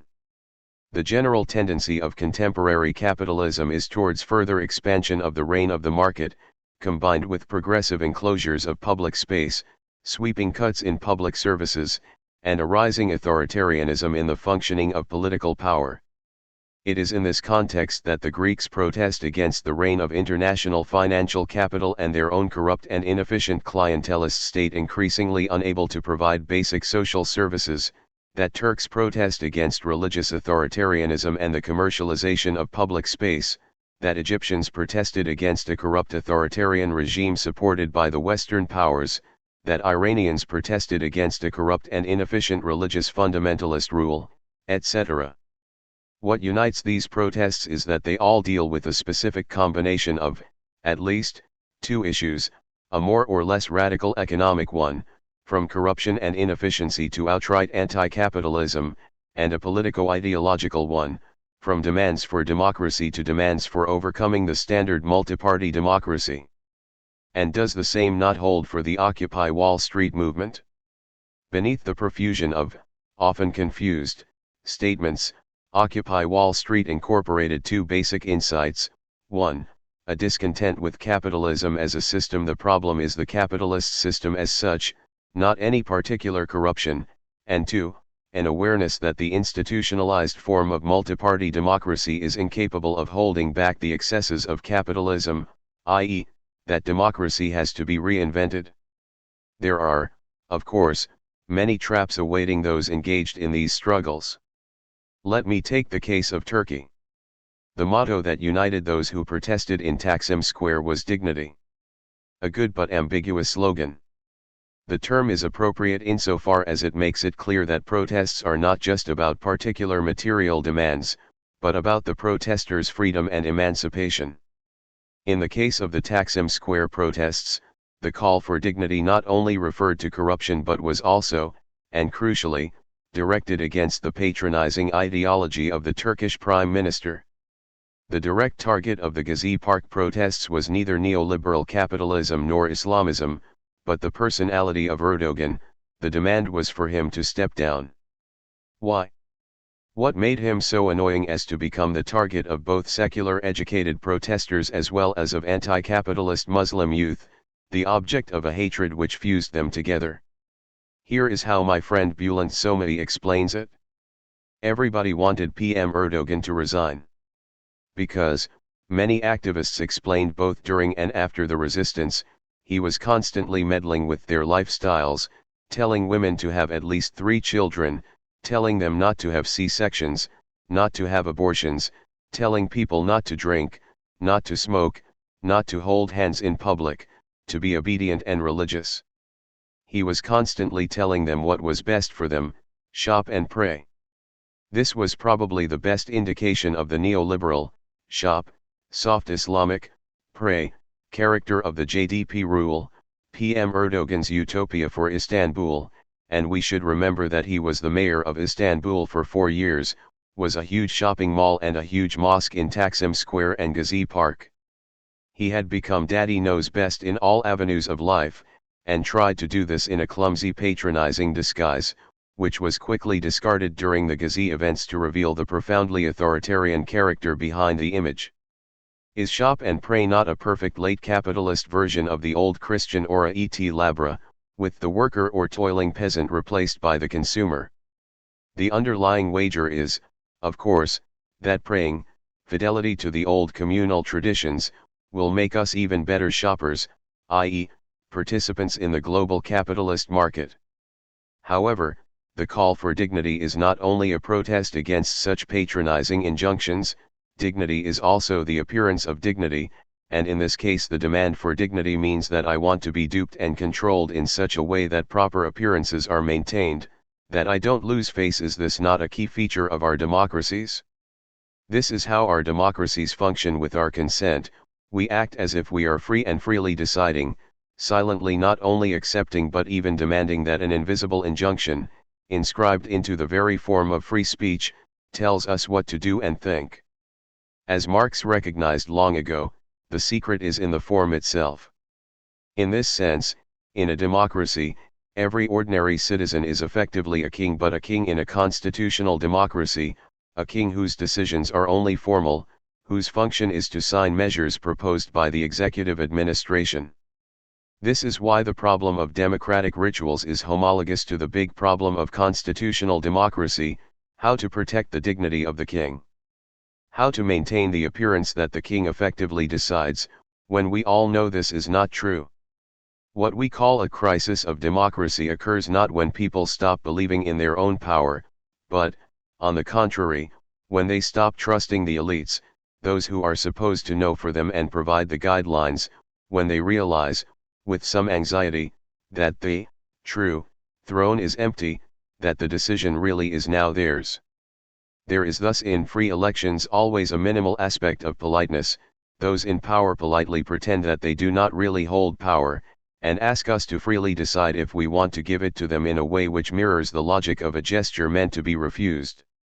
So, back to Turkey, is it only this type of dignity that the protesters want, tired as they are of the crude and blatant ways in which they are cheated and manipulated? Is their demand merely, we want to be duped in the proper way, at least make an honest effort to cheat us without insulting our intelligence, or is it really something more? If we aim at more, then we should acknowledge that the first step of liberation is to dismiss the appearance of false freedom and openly proclaim our unfreedom. The first step towards women's liberation, for example, is to reject the appearance of respect for women and openly proclaim that women are oppressed. Today's master more than ever does not want to appear as the master. Does this mean that we should simply get rid of the masters? Here, I would like to conclude with a provocation. A true master is not an agent of discipline and prohibition. His/her message is not you cannot, or you have to, but a releasing you can. What? Do the impossible, i.e., what appears impossible within the coordinates of the existing constellation, and today, this means something very precise. You can think beyond capitalism and liberal democracy as the ultimate framework of our lives. A master is a vanishing mediator who gives you back to yourself, who delivers you to the abyss of your freedom. When we listen to a true leader, we discover what we want, or, rather, what we always already wanted without knowing it.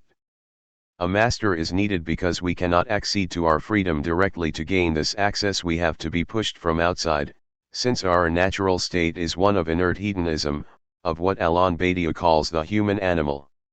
The underlying paradox here is that the more we live as free individuals with no master, the more we are effectively non-free, caught within the existing frame of possibilities. We have to be compelled or disturbed into freedom by a master.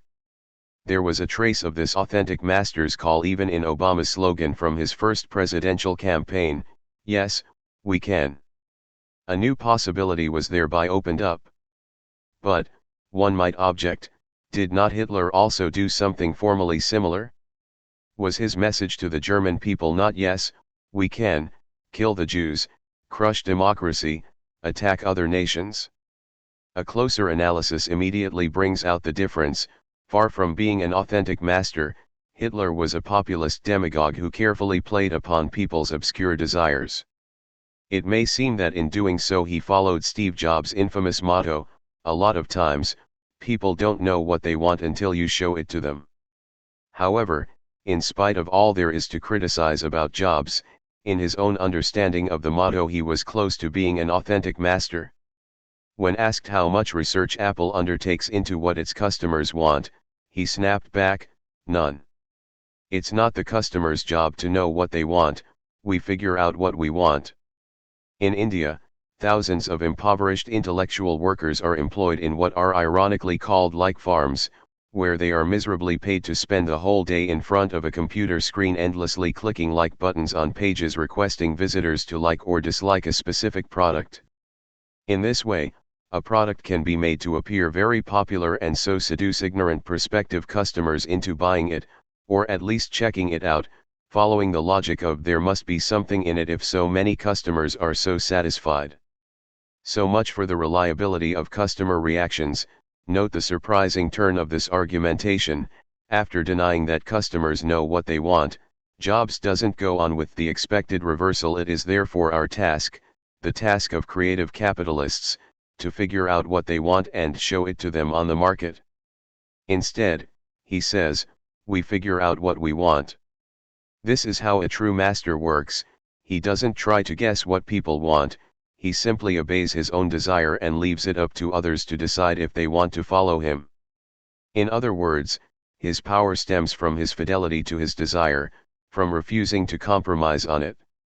Therein lies the difference between a true master and, say, the Stalinist leader who pretends to know, better than the people themselves, what people really want, what is really good for them, and is then ready to enforce it on them even against their will. Just as I was finishing this letter, I learned that Nelson Mandela died. Was he an authentic master? In the last 2 decades of his life, Mandela was celebrated as a model of how to liberate a country from the colonial yoke without succumbing to the temptation of dictatorial power and anti-capitalist posturing. In short, Mandela was not Mugabe, and South Africa remained a multi-party democracy with a free press and a vibrant economy well integrated into the global market and immune to hasty socialist experiments. Now, with his death, his stature as a saintly wise man seems confirmed for eternity. There are Hollywood movies about him, rock stars, religious leaders, sportsmen, and politicians from Bill Clinton to Fidel Castro are all united in his beatification. Is this, however, the whole story? 2 key facts are obfuscated in this celebratory vision. In South Africa today, the miserable life of the poor majority remains broadly the same as it was under apartheid, and the rise of political and civil rights is counterbalanced by growing insecurity, violence, and crime. The main change is that the old white ruling class has been joined by a new black elite. Secondly, people remember the old African National Congress, which promised not only the end of apartheid, but also more social justice, even a kind of socialism. This much more radical ANC past is gradually being obliterated from memory. No wonder that anger is growing among the black poor. South Africa is here just one version of the recurrent story of the contemporary left. A leader or party is elected with universal enthusiasm, promising a new world. Then, sooner or later, it stumbles upon the key dilemma: should one dare to interfere with the capitalist mechanisms, or should one decide to play the game? If one chooses to disturb the mechanisms, one is very swiftly punished with market perturbations, economic chaos, and the rest. This is why it is all too simple to criticize Mandela for abandoning the socialist perspective after the end of apartheid. Did he really have a choice? Was the move towards socialism ever a real option? It is easy to ridicule Ayn Rand, but there is a grain of truth in the famous hymn to money from her Atlas Shrugged: until and unless you discover that money is the root of all good, you ask for your own destruction. When money ceases to become the means by which men deal with one another, then men become the tools of other men. Blood, whips and guns or dollars. Take your choice, there is no other. Did Marx not say something similar in his well-known formula about how, in the universe of commodities, relations between people assume the guise of relations among things? In the market economy, relations between people can appear as relations of mutually recognized freedom and equality. Domination is no longer directly enacted or visible as such. What is problematic is Rand's underlying premise, that the only choice is that between direct or indirect relations of domination and exploitation, with any alternative dismissed as utopian. However, we should nonetheless bear in mind the moment of truth in Rand's otherwise ridiculously ideological claim. The great lesson of state socialism was effectively that a direct abolishment of private property and market exchange, in the absence of concrete forms of social regulation of the process of production, necessarily resuscitates direct relations of servitude and domination. If we merely abolish the market, and so market exploitation, without replacing it with a proper form of the communist organization of production and exchange, domination will return with a vengeance, and with it direct exploitation. The general rule is that, when a revolt breaks out against an oppressive half-democratic regime, as was the case in the Middle East in 2011, it is easy to mobilize large numbers of people with slogans that can only be described as crowd pleasers for democracy, against corruption, etc. But then we gradually approach more difficult choices. When the revolt succeeds in its immediate goal, we come to realize that what really bothered us, social corruption, our unfreedom, humiliation, lack of prospects for a decent life, continues in a new guise. The ruling class here mobilizes its entire arsenal to prevent us from reaching this radical conclusion. We are now told that democratic freedom brings with it its own responsibility, that it comes at a price, that we are not yet mature if we expect too much from democracy. In this way, they blame us for our failure. In a free society, so we are told, we are all capitalists investing in our own lives. It's up to us to put more time and effort into our education than into having fun if we want to succeed, etc. At a more directly political level, U.S. foreign policy pursued a determined strategy of damage control by way of rechanneling popular uprisings into acceptable parliamentary capitalist constraints, as was done successfully in South Africa after the fall of apartheid regime, in the Philippines after the fall of Marcos, and in Indonesia after the fall of Suharto, etc. It is at this precise conjuncture that radical emancipatory politics faces its greatest challenge: how to push things further after the first enthusiastic stage is over, how to take the next step without succumbing to the catastrophe of the totalitarian temptation. In short, how to go further than Mandela without becoming Mugabe. If we want to remain faithful to Mandela's legacy, we should thus dispense with the celebratory crocodile tears and focus on the unfulfilled promises his leadership gave rise to. We can also safely surmise that, on account of his undoubted moral and political greatness, he was at the end of his life aware of how his very political triumph and elevation into a universal hero was itself the mask of a bitter defeat. His universal glory is but a sign that he didn't really disturb the global order of power, which certainly cannot be said of Pussy Riot. Awaiting your answer, and with the hope that the two of you who are still in prison will soon be released. Slavoj. When you put on a mask, you leave your own time. Nadya to Slavoj, March 11, 2014. Dear Slavoj, a good day to you. As fate would have it, your last letter found me already out of prison. Which came as quite a surprise, since my time there was marked by a completely unfounded, irrational certainty that prison goes on forever. But in some sense, prison really does go on forever. My co-conspirator Masha Ilyokina and I lost no time after our release in founding the Zona Prava 1 movement, the goal of which is the re-education of prison wardens and the establishment of a protest training program inside the camps. We're beginning with women's camps, since female prisoners are the ones most totally deprived of voice. Why is this so? Probably because women have long had inculcated into them a deep sense of weakness, of their need for a big, strong man. Our work is already turning up evidence that a lot of them buy into this garbage. And their big, strong man, since these women are prisoners, can come only from the prison administration. Our task, Zonaprava's task, is to provide them an equally big and strong alternative. In due time, we and Zonaprava will have to answer an old question: can the pardon me subaltern speak? How can sister inmates develop their own language, existing alongside the official one spoken by prison administrators? How can they draw up the map to another world, a world different than that of the administrators?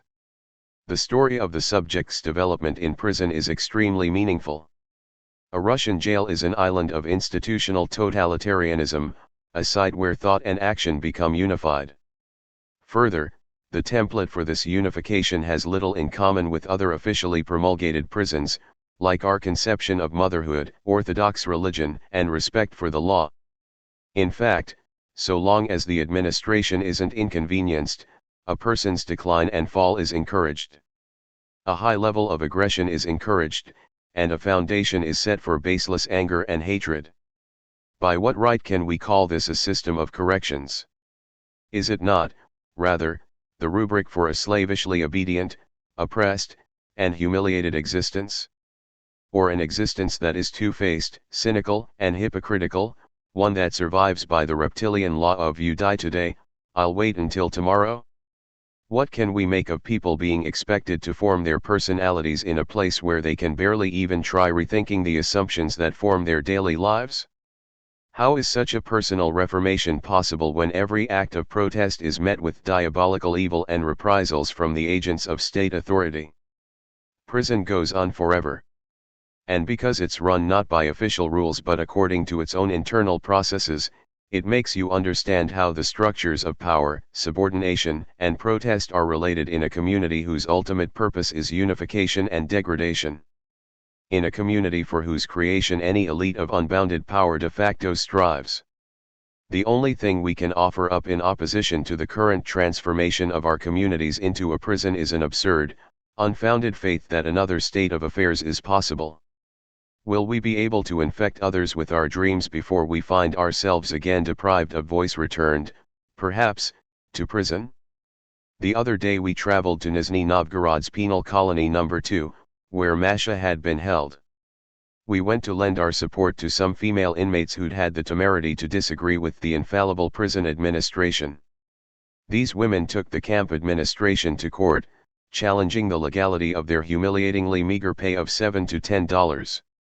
At the Nizhny Novgorod train station, we were attacked by a gang who doused our eyes with a caustic liquid. We put up no physical resistance, but only asked our attackers to explain why they were doing this. We were left with chemical burns to our eyes. Masha suffered a concussion and needed stitches. Facing physical violence was a test of my usually friendly and composed response to opposition. To what degree can this goodwill be preserved? At what point does such a situation become an actual threat to one's life? When I reflect how I might conduct myself, I take comfort in the story of how St. Paul, fleeing his pursuers, had himself lowered from the Damascus city walls in a basket. In Damascus the governor under Aretas the king kept the city of the Damascenes with a garrison, desirous to apprehend me, and through a window in a basket was I let down by the wall, and escaped his hands. 2 Cor 11:32, 33, this episode has for me become key, opening as it does the possibility of resistance, of saving one's own life, of being calculating, even sly, in apostolic Christianity. Slavoj, it wasn't too long ago that you suggested it might be a good idea for Masha and me to speak our minds about Edward Snowden. This is no simple thing to do when Snowden is living in your country under the protection of the same intelligence services that have ordered and overseen physical violence against you and your friends. At the same moment that we two were in prison, Edward Snowden was finding himself in quite an awkward situation. A fighter for the free dissemination of information, he found himself in Russia, where, like it or not, his presence inevitably conferred legitimacy on the Kremlin's information policy. The same Kremlin that was directing an aggressive propaganda campaign on TV, destroying all independent channels, condoning the murder of independent journalists, professionals, heroes like Anna Politkovskaya. Snowden, however, had been cornered into a dismal position from which he could not expose any of this. He now lives in Russia, but he can't tell the truth about how information is collected and disseminated here. He has no choice but to keep his mouth shut. Russia's intelligence and propaganda sectors have used Snowden for their own grubby games. And for me, as one of Russia's activists, it's horrible to watch. There's no doubt that his persecution is a drastic misstep by the US, which is keeping far too busy destroying the possibilities for true democracy around the world. This error is made visible by Russia's cynical use of the whistleblower to stabilize the Kremlin's own reactionary information policy. Once in an interview you said that you wanted to write an essay criticizing Pussy Riot for our inordinate conservatism. I think I know what you were getting at, but it would be inordinately interesting all the same for this essay to see the light of day. Pussy Riot is a mask, a simplifying, modernizing mask. Prison, confinement, these are also masks, different masks, ones that help people of our generation to shake off cynicism and irony. When you put on a mask, you leave your own time, you abandon the world in which any sincerity will be mocked, you move into the world of cartoon heroes, where Sailor Moon and Spider-Man, those consummate modern role models, can be found. Somewhere in that world are other role models live on, too, Kazimir Malevich, Gigi Vertov, Vasily Kandinsky. Pussy Riot has proved so effective that its promise simple to the point of impossibility, minimalist to the point of indecency rings loud and clear. The masks that members of Pussy Riot wear hold, if any, a therapeutic function. Yes, we belong to a generation raised on irony, but we also put on masks to reduce that impotent irony. We go out in the streets and speak plainly, without varnish, about the things that matter most. The most penetrating speeches, writings, and actions are born of modernist condensation, of the modern age. True crises, imprisonment, war, the crisis of democracy that you have described, in which people grow alarmed, stop trusting the elites, and realize that it is now truly up to them alone, catalyze the emergence of such historic periods. No one is speaking out more truthfully about contemporary Russia than the May 6 protesters, too, now sentenced to the camps for as many of 4 years' deprivation of liberty. Their final words in the courtroom are worth remembering: "We've been taken hostage by the authorities. We've been tried for the sore feelings bureaucrats still harbor for the civil disobedience of 2011 and 2012, for the apparitions that still haunt the police bosses. They're forcing us on stage in their theatrics of societal punishment. Alexei Polyakhovich, I know that even in prison I'll be freer than most because my conscience will be clear. Alexandra Dukhanina, there are few today speaking such simple, clear, passionate truths, all of them behind bars. In Russia, recent days have seen a sincere discussion of the threat of armed conflict in Crimea. Journalists, poets, and artists are composing incendiary texts against war. School teachers are extending alarmed exhortations to everyone they know to join the peace demonstrations. People have poured into the streets with placards bearing anti-war slogans, even releasing doves, though we all know that in a minute everyone's going to be manhandled and arrested by the cops. I, for one, welcome this mood, which is trading out doubt and irony for a new, decisive voice. By the way, the modernist and zealous declarations of today are being used far more successfully by Russia's officially sanctioned journalism establishment than by the independent or opposition media. The mouthpieces of state propaganda, I'm forced to admit, have learned a lot from the early Soviet avant-garde's methods of agitation. Sharing Pierre Bourdieu's slogan pour un savoir engage, I would like to see more combustion and personal, emotional involvement in the statements and gestures of those who today rise up against unfreedom, social corruption, humiliation, and lack of prospects for a decent life in Russia. It is impossible not to sympathize with the passionate three of the Ukrainians involved in Euromaidan. The perseverance, the courage, and sure, I'll say it, the heroism with which Ukrainians, from the lowliest workers to the upper echelons of management, have defended their political interests comprise, without question, an utter miracle. As surely a miracle as the turning of water to wine for the marriage at Cana. I respectfully await your reply. Nadya. One often translated justice zone, the phrase in fact means something closer to zone of right. The Russian word, like the English word right, denotes simultaneously right as an axiomatic political entitlement, right as opposed to left spatially and politically, and right meaning correct. Zone is also Russian criminal slang for jail. To Tolokonnikova here is referring to the Bolotnaya case, the prosecution of participants in a protest on May 6, 2012, the evening before Putin's inauguration for his third term as president. 3. Passionarity, passionarnost, is a concept developed by the heterodox Soviet ethnographer Lev Gumilev, son of the major poets Nikolai Gumilev and Anna Akhmatova. It refers to the will of an ethnos to expand in population, influence, and geographic territory, which arcs over the duration of a people's existence. A new and much more risky heroism will be needed. Slavoj to Nadya, March 18, 2014. Dear Nadya, let me first express my joy. I am glad that you are now free, and even more glad that your struggle goes on. You have, of course, my full solidarity with Zona Prava. I also fully support Pussy Riot's style of performance. What you wrote about masks reminds me of what Nietzsche wrote apropos Hamlet, what must a person have suffered if he needs to be a clown that badly? One should unconditionally defend the apparently irreverent and clownish attitude of Pussy Riot's actions as the only appropriate reaction to traumatic and violent events. Let me make an extreme example to clarify this point. A Bosnian cultural analyst was surprised to discover that among those people whose relatives died in Srebrenica, dozens of jokes about the Serb massacre circulated. Here is one of them, which refers to the way of buying beef in old Yugoslavia when usually the butcher would ask, with or without bones. The joke goes, I want to buy some land to build a house close to Srebrenica.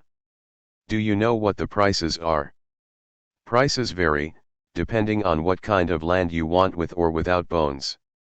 Far from expressing tasteless disrespect, such jokes are the only way to deal with the unbearably traumatic reality. They render quite adequately our helpless perplexity, belying pathetic compassion with victims of atrocities as itself a truly tasteless blasphemy. Let me address the rumor you mentioned that I intend to write an essay criticizing Pussy Riot for their inordinate conservatism. Frankly, I don't know where this rumor originated. It is simply not true, and furthermore, conservative is to me not necessarily a critical notion. From Marx on, the truly radical left was never simply progressist. It was always obsessed by the question, what is the price of progress? Marx was fascinated by capitalism, by the unheard-of productivity it unleashed. He just insisted that this very success engenders antagonisms. And we should consider the same in the context of today's progress of global capitalism, to keep in view the dark underside that is fomenting revolts. What this implies is that today's conservatives are not really conservative, fully endorsing continuous capitalist self-revolutionizing. They just want to make the system more efficient by supplementing it with some traditional institutions, religion, etc., to contain its destructive consequences for social life and to maintain social cohesion. A true conservative today is the one who fully admits the antagonisms and deadlocks of global capitalisms, the one who rejects simple narratives of progressism, and is attentive to the dark obverse of progress. In this sense, only a radical leftist can be today a true conservative. I did, however, make a remark about solidarity with Snowden, about the danger of becoming engulfed by the liberal human rights movement, and on this I have more to add. First, let me emphasize that I totally agree with your characterization of Snowden, the compromises he had to make, and the way he can be, and is, exploited by Putin. My only point is, what other choice did he have? He is exploited and manipulated in the same way, and much more so, undoubtedly, that human rights liberals try to manipulate Pussy Riot. This is why I think that it would be very important for Snowden, Assange, Manning, etc., to make it clear that they cannot be reduced to simple anti-Americanism. Snowden should be defended not only because his acts annoyed and embarrassed the US Secret Services. What he revealed is something that not only the US but also all other great and not so great powers, from China to Russia and Germany to Israel, are doing to the extent they are technologically able to do so. His acts thus provided a factual foundation to our earlier premonitions of how much we are all monitored and controlled. The lesson is a global one, it reaches far beyond the standard US bashing. We didn't really learn from Snowden or from Manning anything we didn't already presume to be true, but it is one thing to know it in general and another to have concrete data. It is a little bit like knowing that one's sexual partner is playing around. One can accept the abstract knowledge of it, but pain arises when one learns the steamy details, when one sees the photographs. Sometimes, we learn such steamy details from smaller marginal countries that pass security measures in a much more open and direct way. In the summer of 2012, the Hungarian parliament passed a new national security law that enables the inner circle of the government to spy on people who hold important public offices. Under this law, many government officials must consent to being observed in the most intrusive way, phones tapped, homes bugged, email read, for up to 2 full months each year, except that they won't know which 60 days they are under surveillance. Perhaps they will imagine they are under surveillance all of the time. Perhaps that is the point. More than 20 years after Hungary left the world captured in George Orwell's novel 1984, the surveillance state is back. Now, if the Fidesz government of Prime Minister Viktor Orban finds something it doesn't like and there's no legal limit to what it may find objectionable, those under surveillance can be fired. The people at the very top of the government are largely exempt from surveillance, but this law hits their deputies, staffers, and the whole of the security services, some judges, prosecutors, diplomats, and military officers, as well as a number of independent offices that Orban's administration is not supposed to control. Point 1. And here is how the Hungarian government justifies such measures. Officials of the Hungarian government will say that what they are doing is nothing novel. Other countries, they will point out, have ways to determine whether high-level officials have played fast and loose with state secrets or whether people holding the public trust are corrupt. The US government has now been shown to be gathering up everyone's phone calls and emails, so how can anyone be critical of what the Hungarian government is doing, too? When confronted with such facts, should not every decent US citizen feel like a baboon suddenly overwhelmed by the shame of its protruding red butt? Assange, Manning, and Snowden are exemplary cases of the new ethics that befit our era of digital control and communications. They are no longer just whistleblowers who denounce illegal practices of private companies, banks, tobacco and oil companies, to the public authorities. They denounce these public authorities themselves when they engage in the private use of reason. We need more Mannings and Snowdens in China, in Russia, everywhere. States like China and Russia are of course much more oppressive than the US. Just imagine what would have happened to someone like Manning in a Russian or Chinese court. In all probability there would be no public trial, a Chinese Manning would just disappear. However, one should not exaggerate the softness of the US tactics, though true they doesn't treat prisoners as brutally as China or Russia. Because of the global technological priority of the US, they simply do not need to take an openly brutal approach, though they are more than ready to apply it when necessary. In this sense, the US are even more dangerous than China insofar as their measures of control are not perceived as such. That is to say, in a country like China, the limitations of freedom are clear to everyone, there are no illusions about it, the state is an openly oppressive mechanism, whereas in the US, formal freedoms are mostly guaranteed so that most individuals experience their lives as free and are not even aware of the extent to which they are controlled by state mechanisms. Such whistleblowers do something much more important than state the obvious by denouncing openly oppressive regimes, that is, rendering public our already directly experienced unfreedom. Instead they render public the unfreedom that underlies the very situation in which we experience ourselves as free. This feature is not limited to the control of digital space, it pervades thoroughly the form of subjectivity that characterizes the permissive liberal society.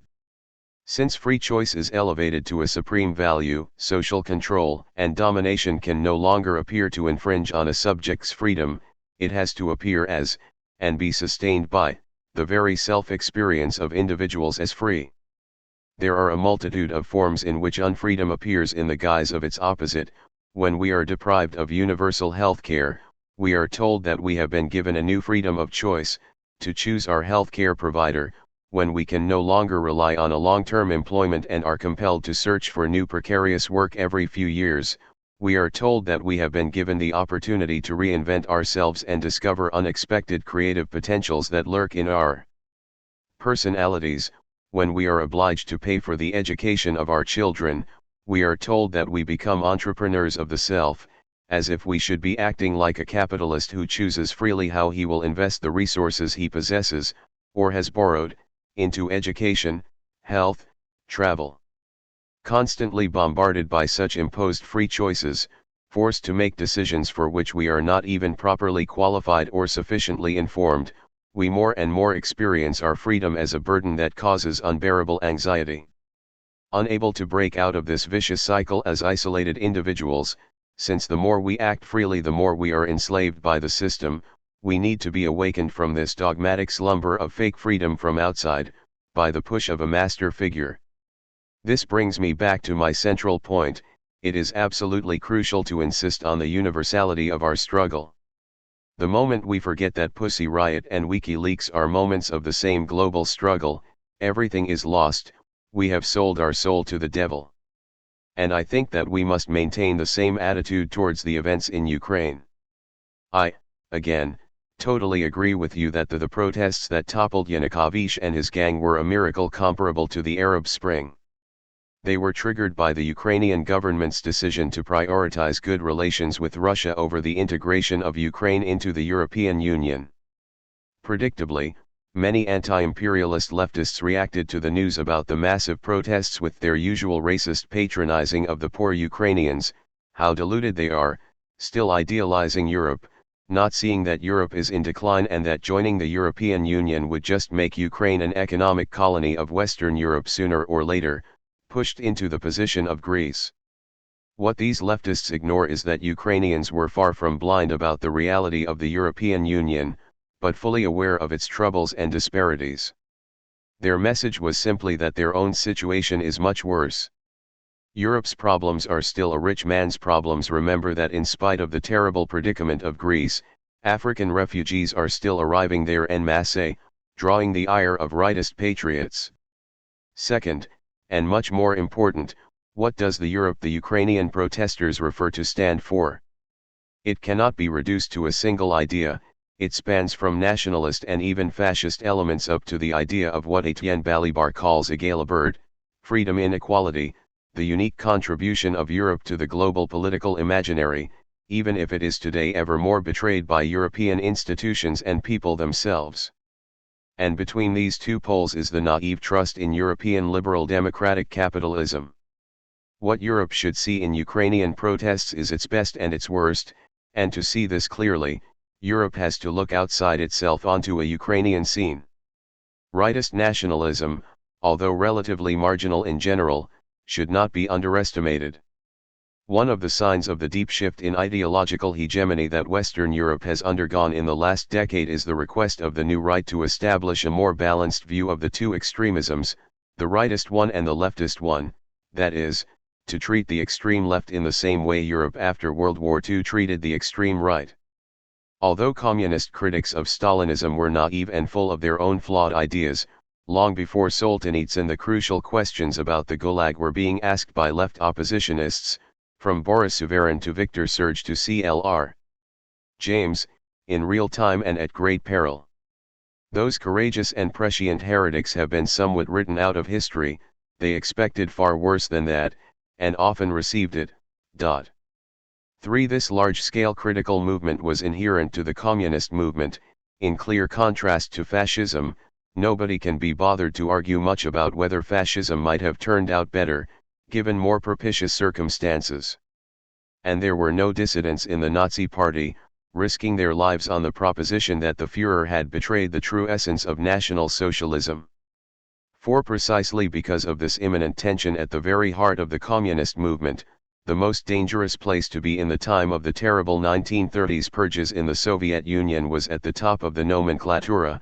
In a couple of years, 80% of the Central Committee and Red Army headquarters members were shot. Furthermore, one should also not underestimate the totalitarian potential, as well as direct outright brutality, of the white counter-revolutionary forces during the Civil War, had a white victory been the case.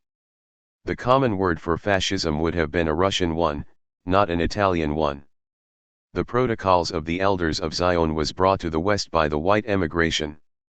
Major General William Graves, who commanded the American Expeditionary Force during the 1918 invasion of Siberia, an event thoroughly airbrushed from all American textbooks, wrote in his memoirs about the pervasive, lethal anti-Semitism that dominated the Russian right wing and added, "I doubt if history will show any country in the world during the last 50 years where murder could be committed so safely, and with less danger of punishment, than in Siberia during the reign of Kolchak V." As if echoing this dark past, Putin's official Russia presented the Crimean referendum as a choice against Ukrainian fascism, while the entire European neo-fascist right, Hungary, France, Italy, Serbia, was firmly supporting Russia.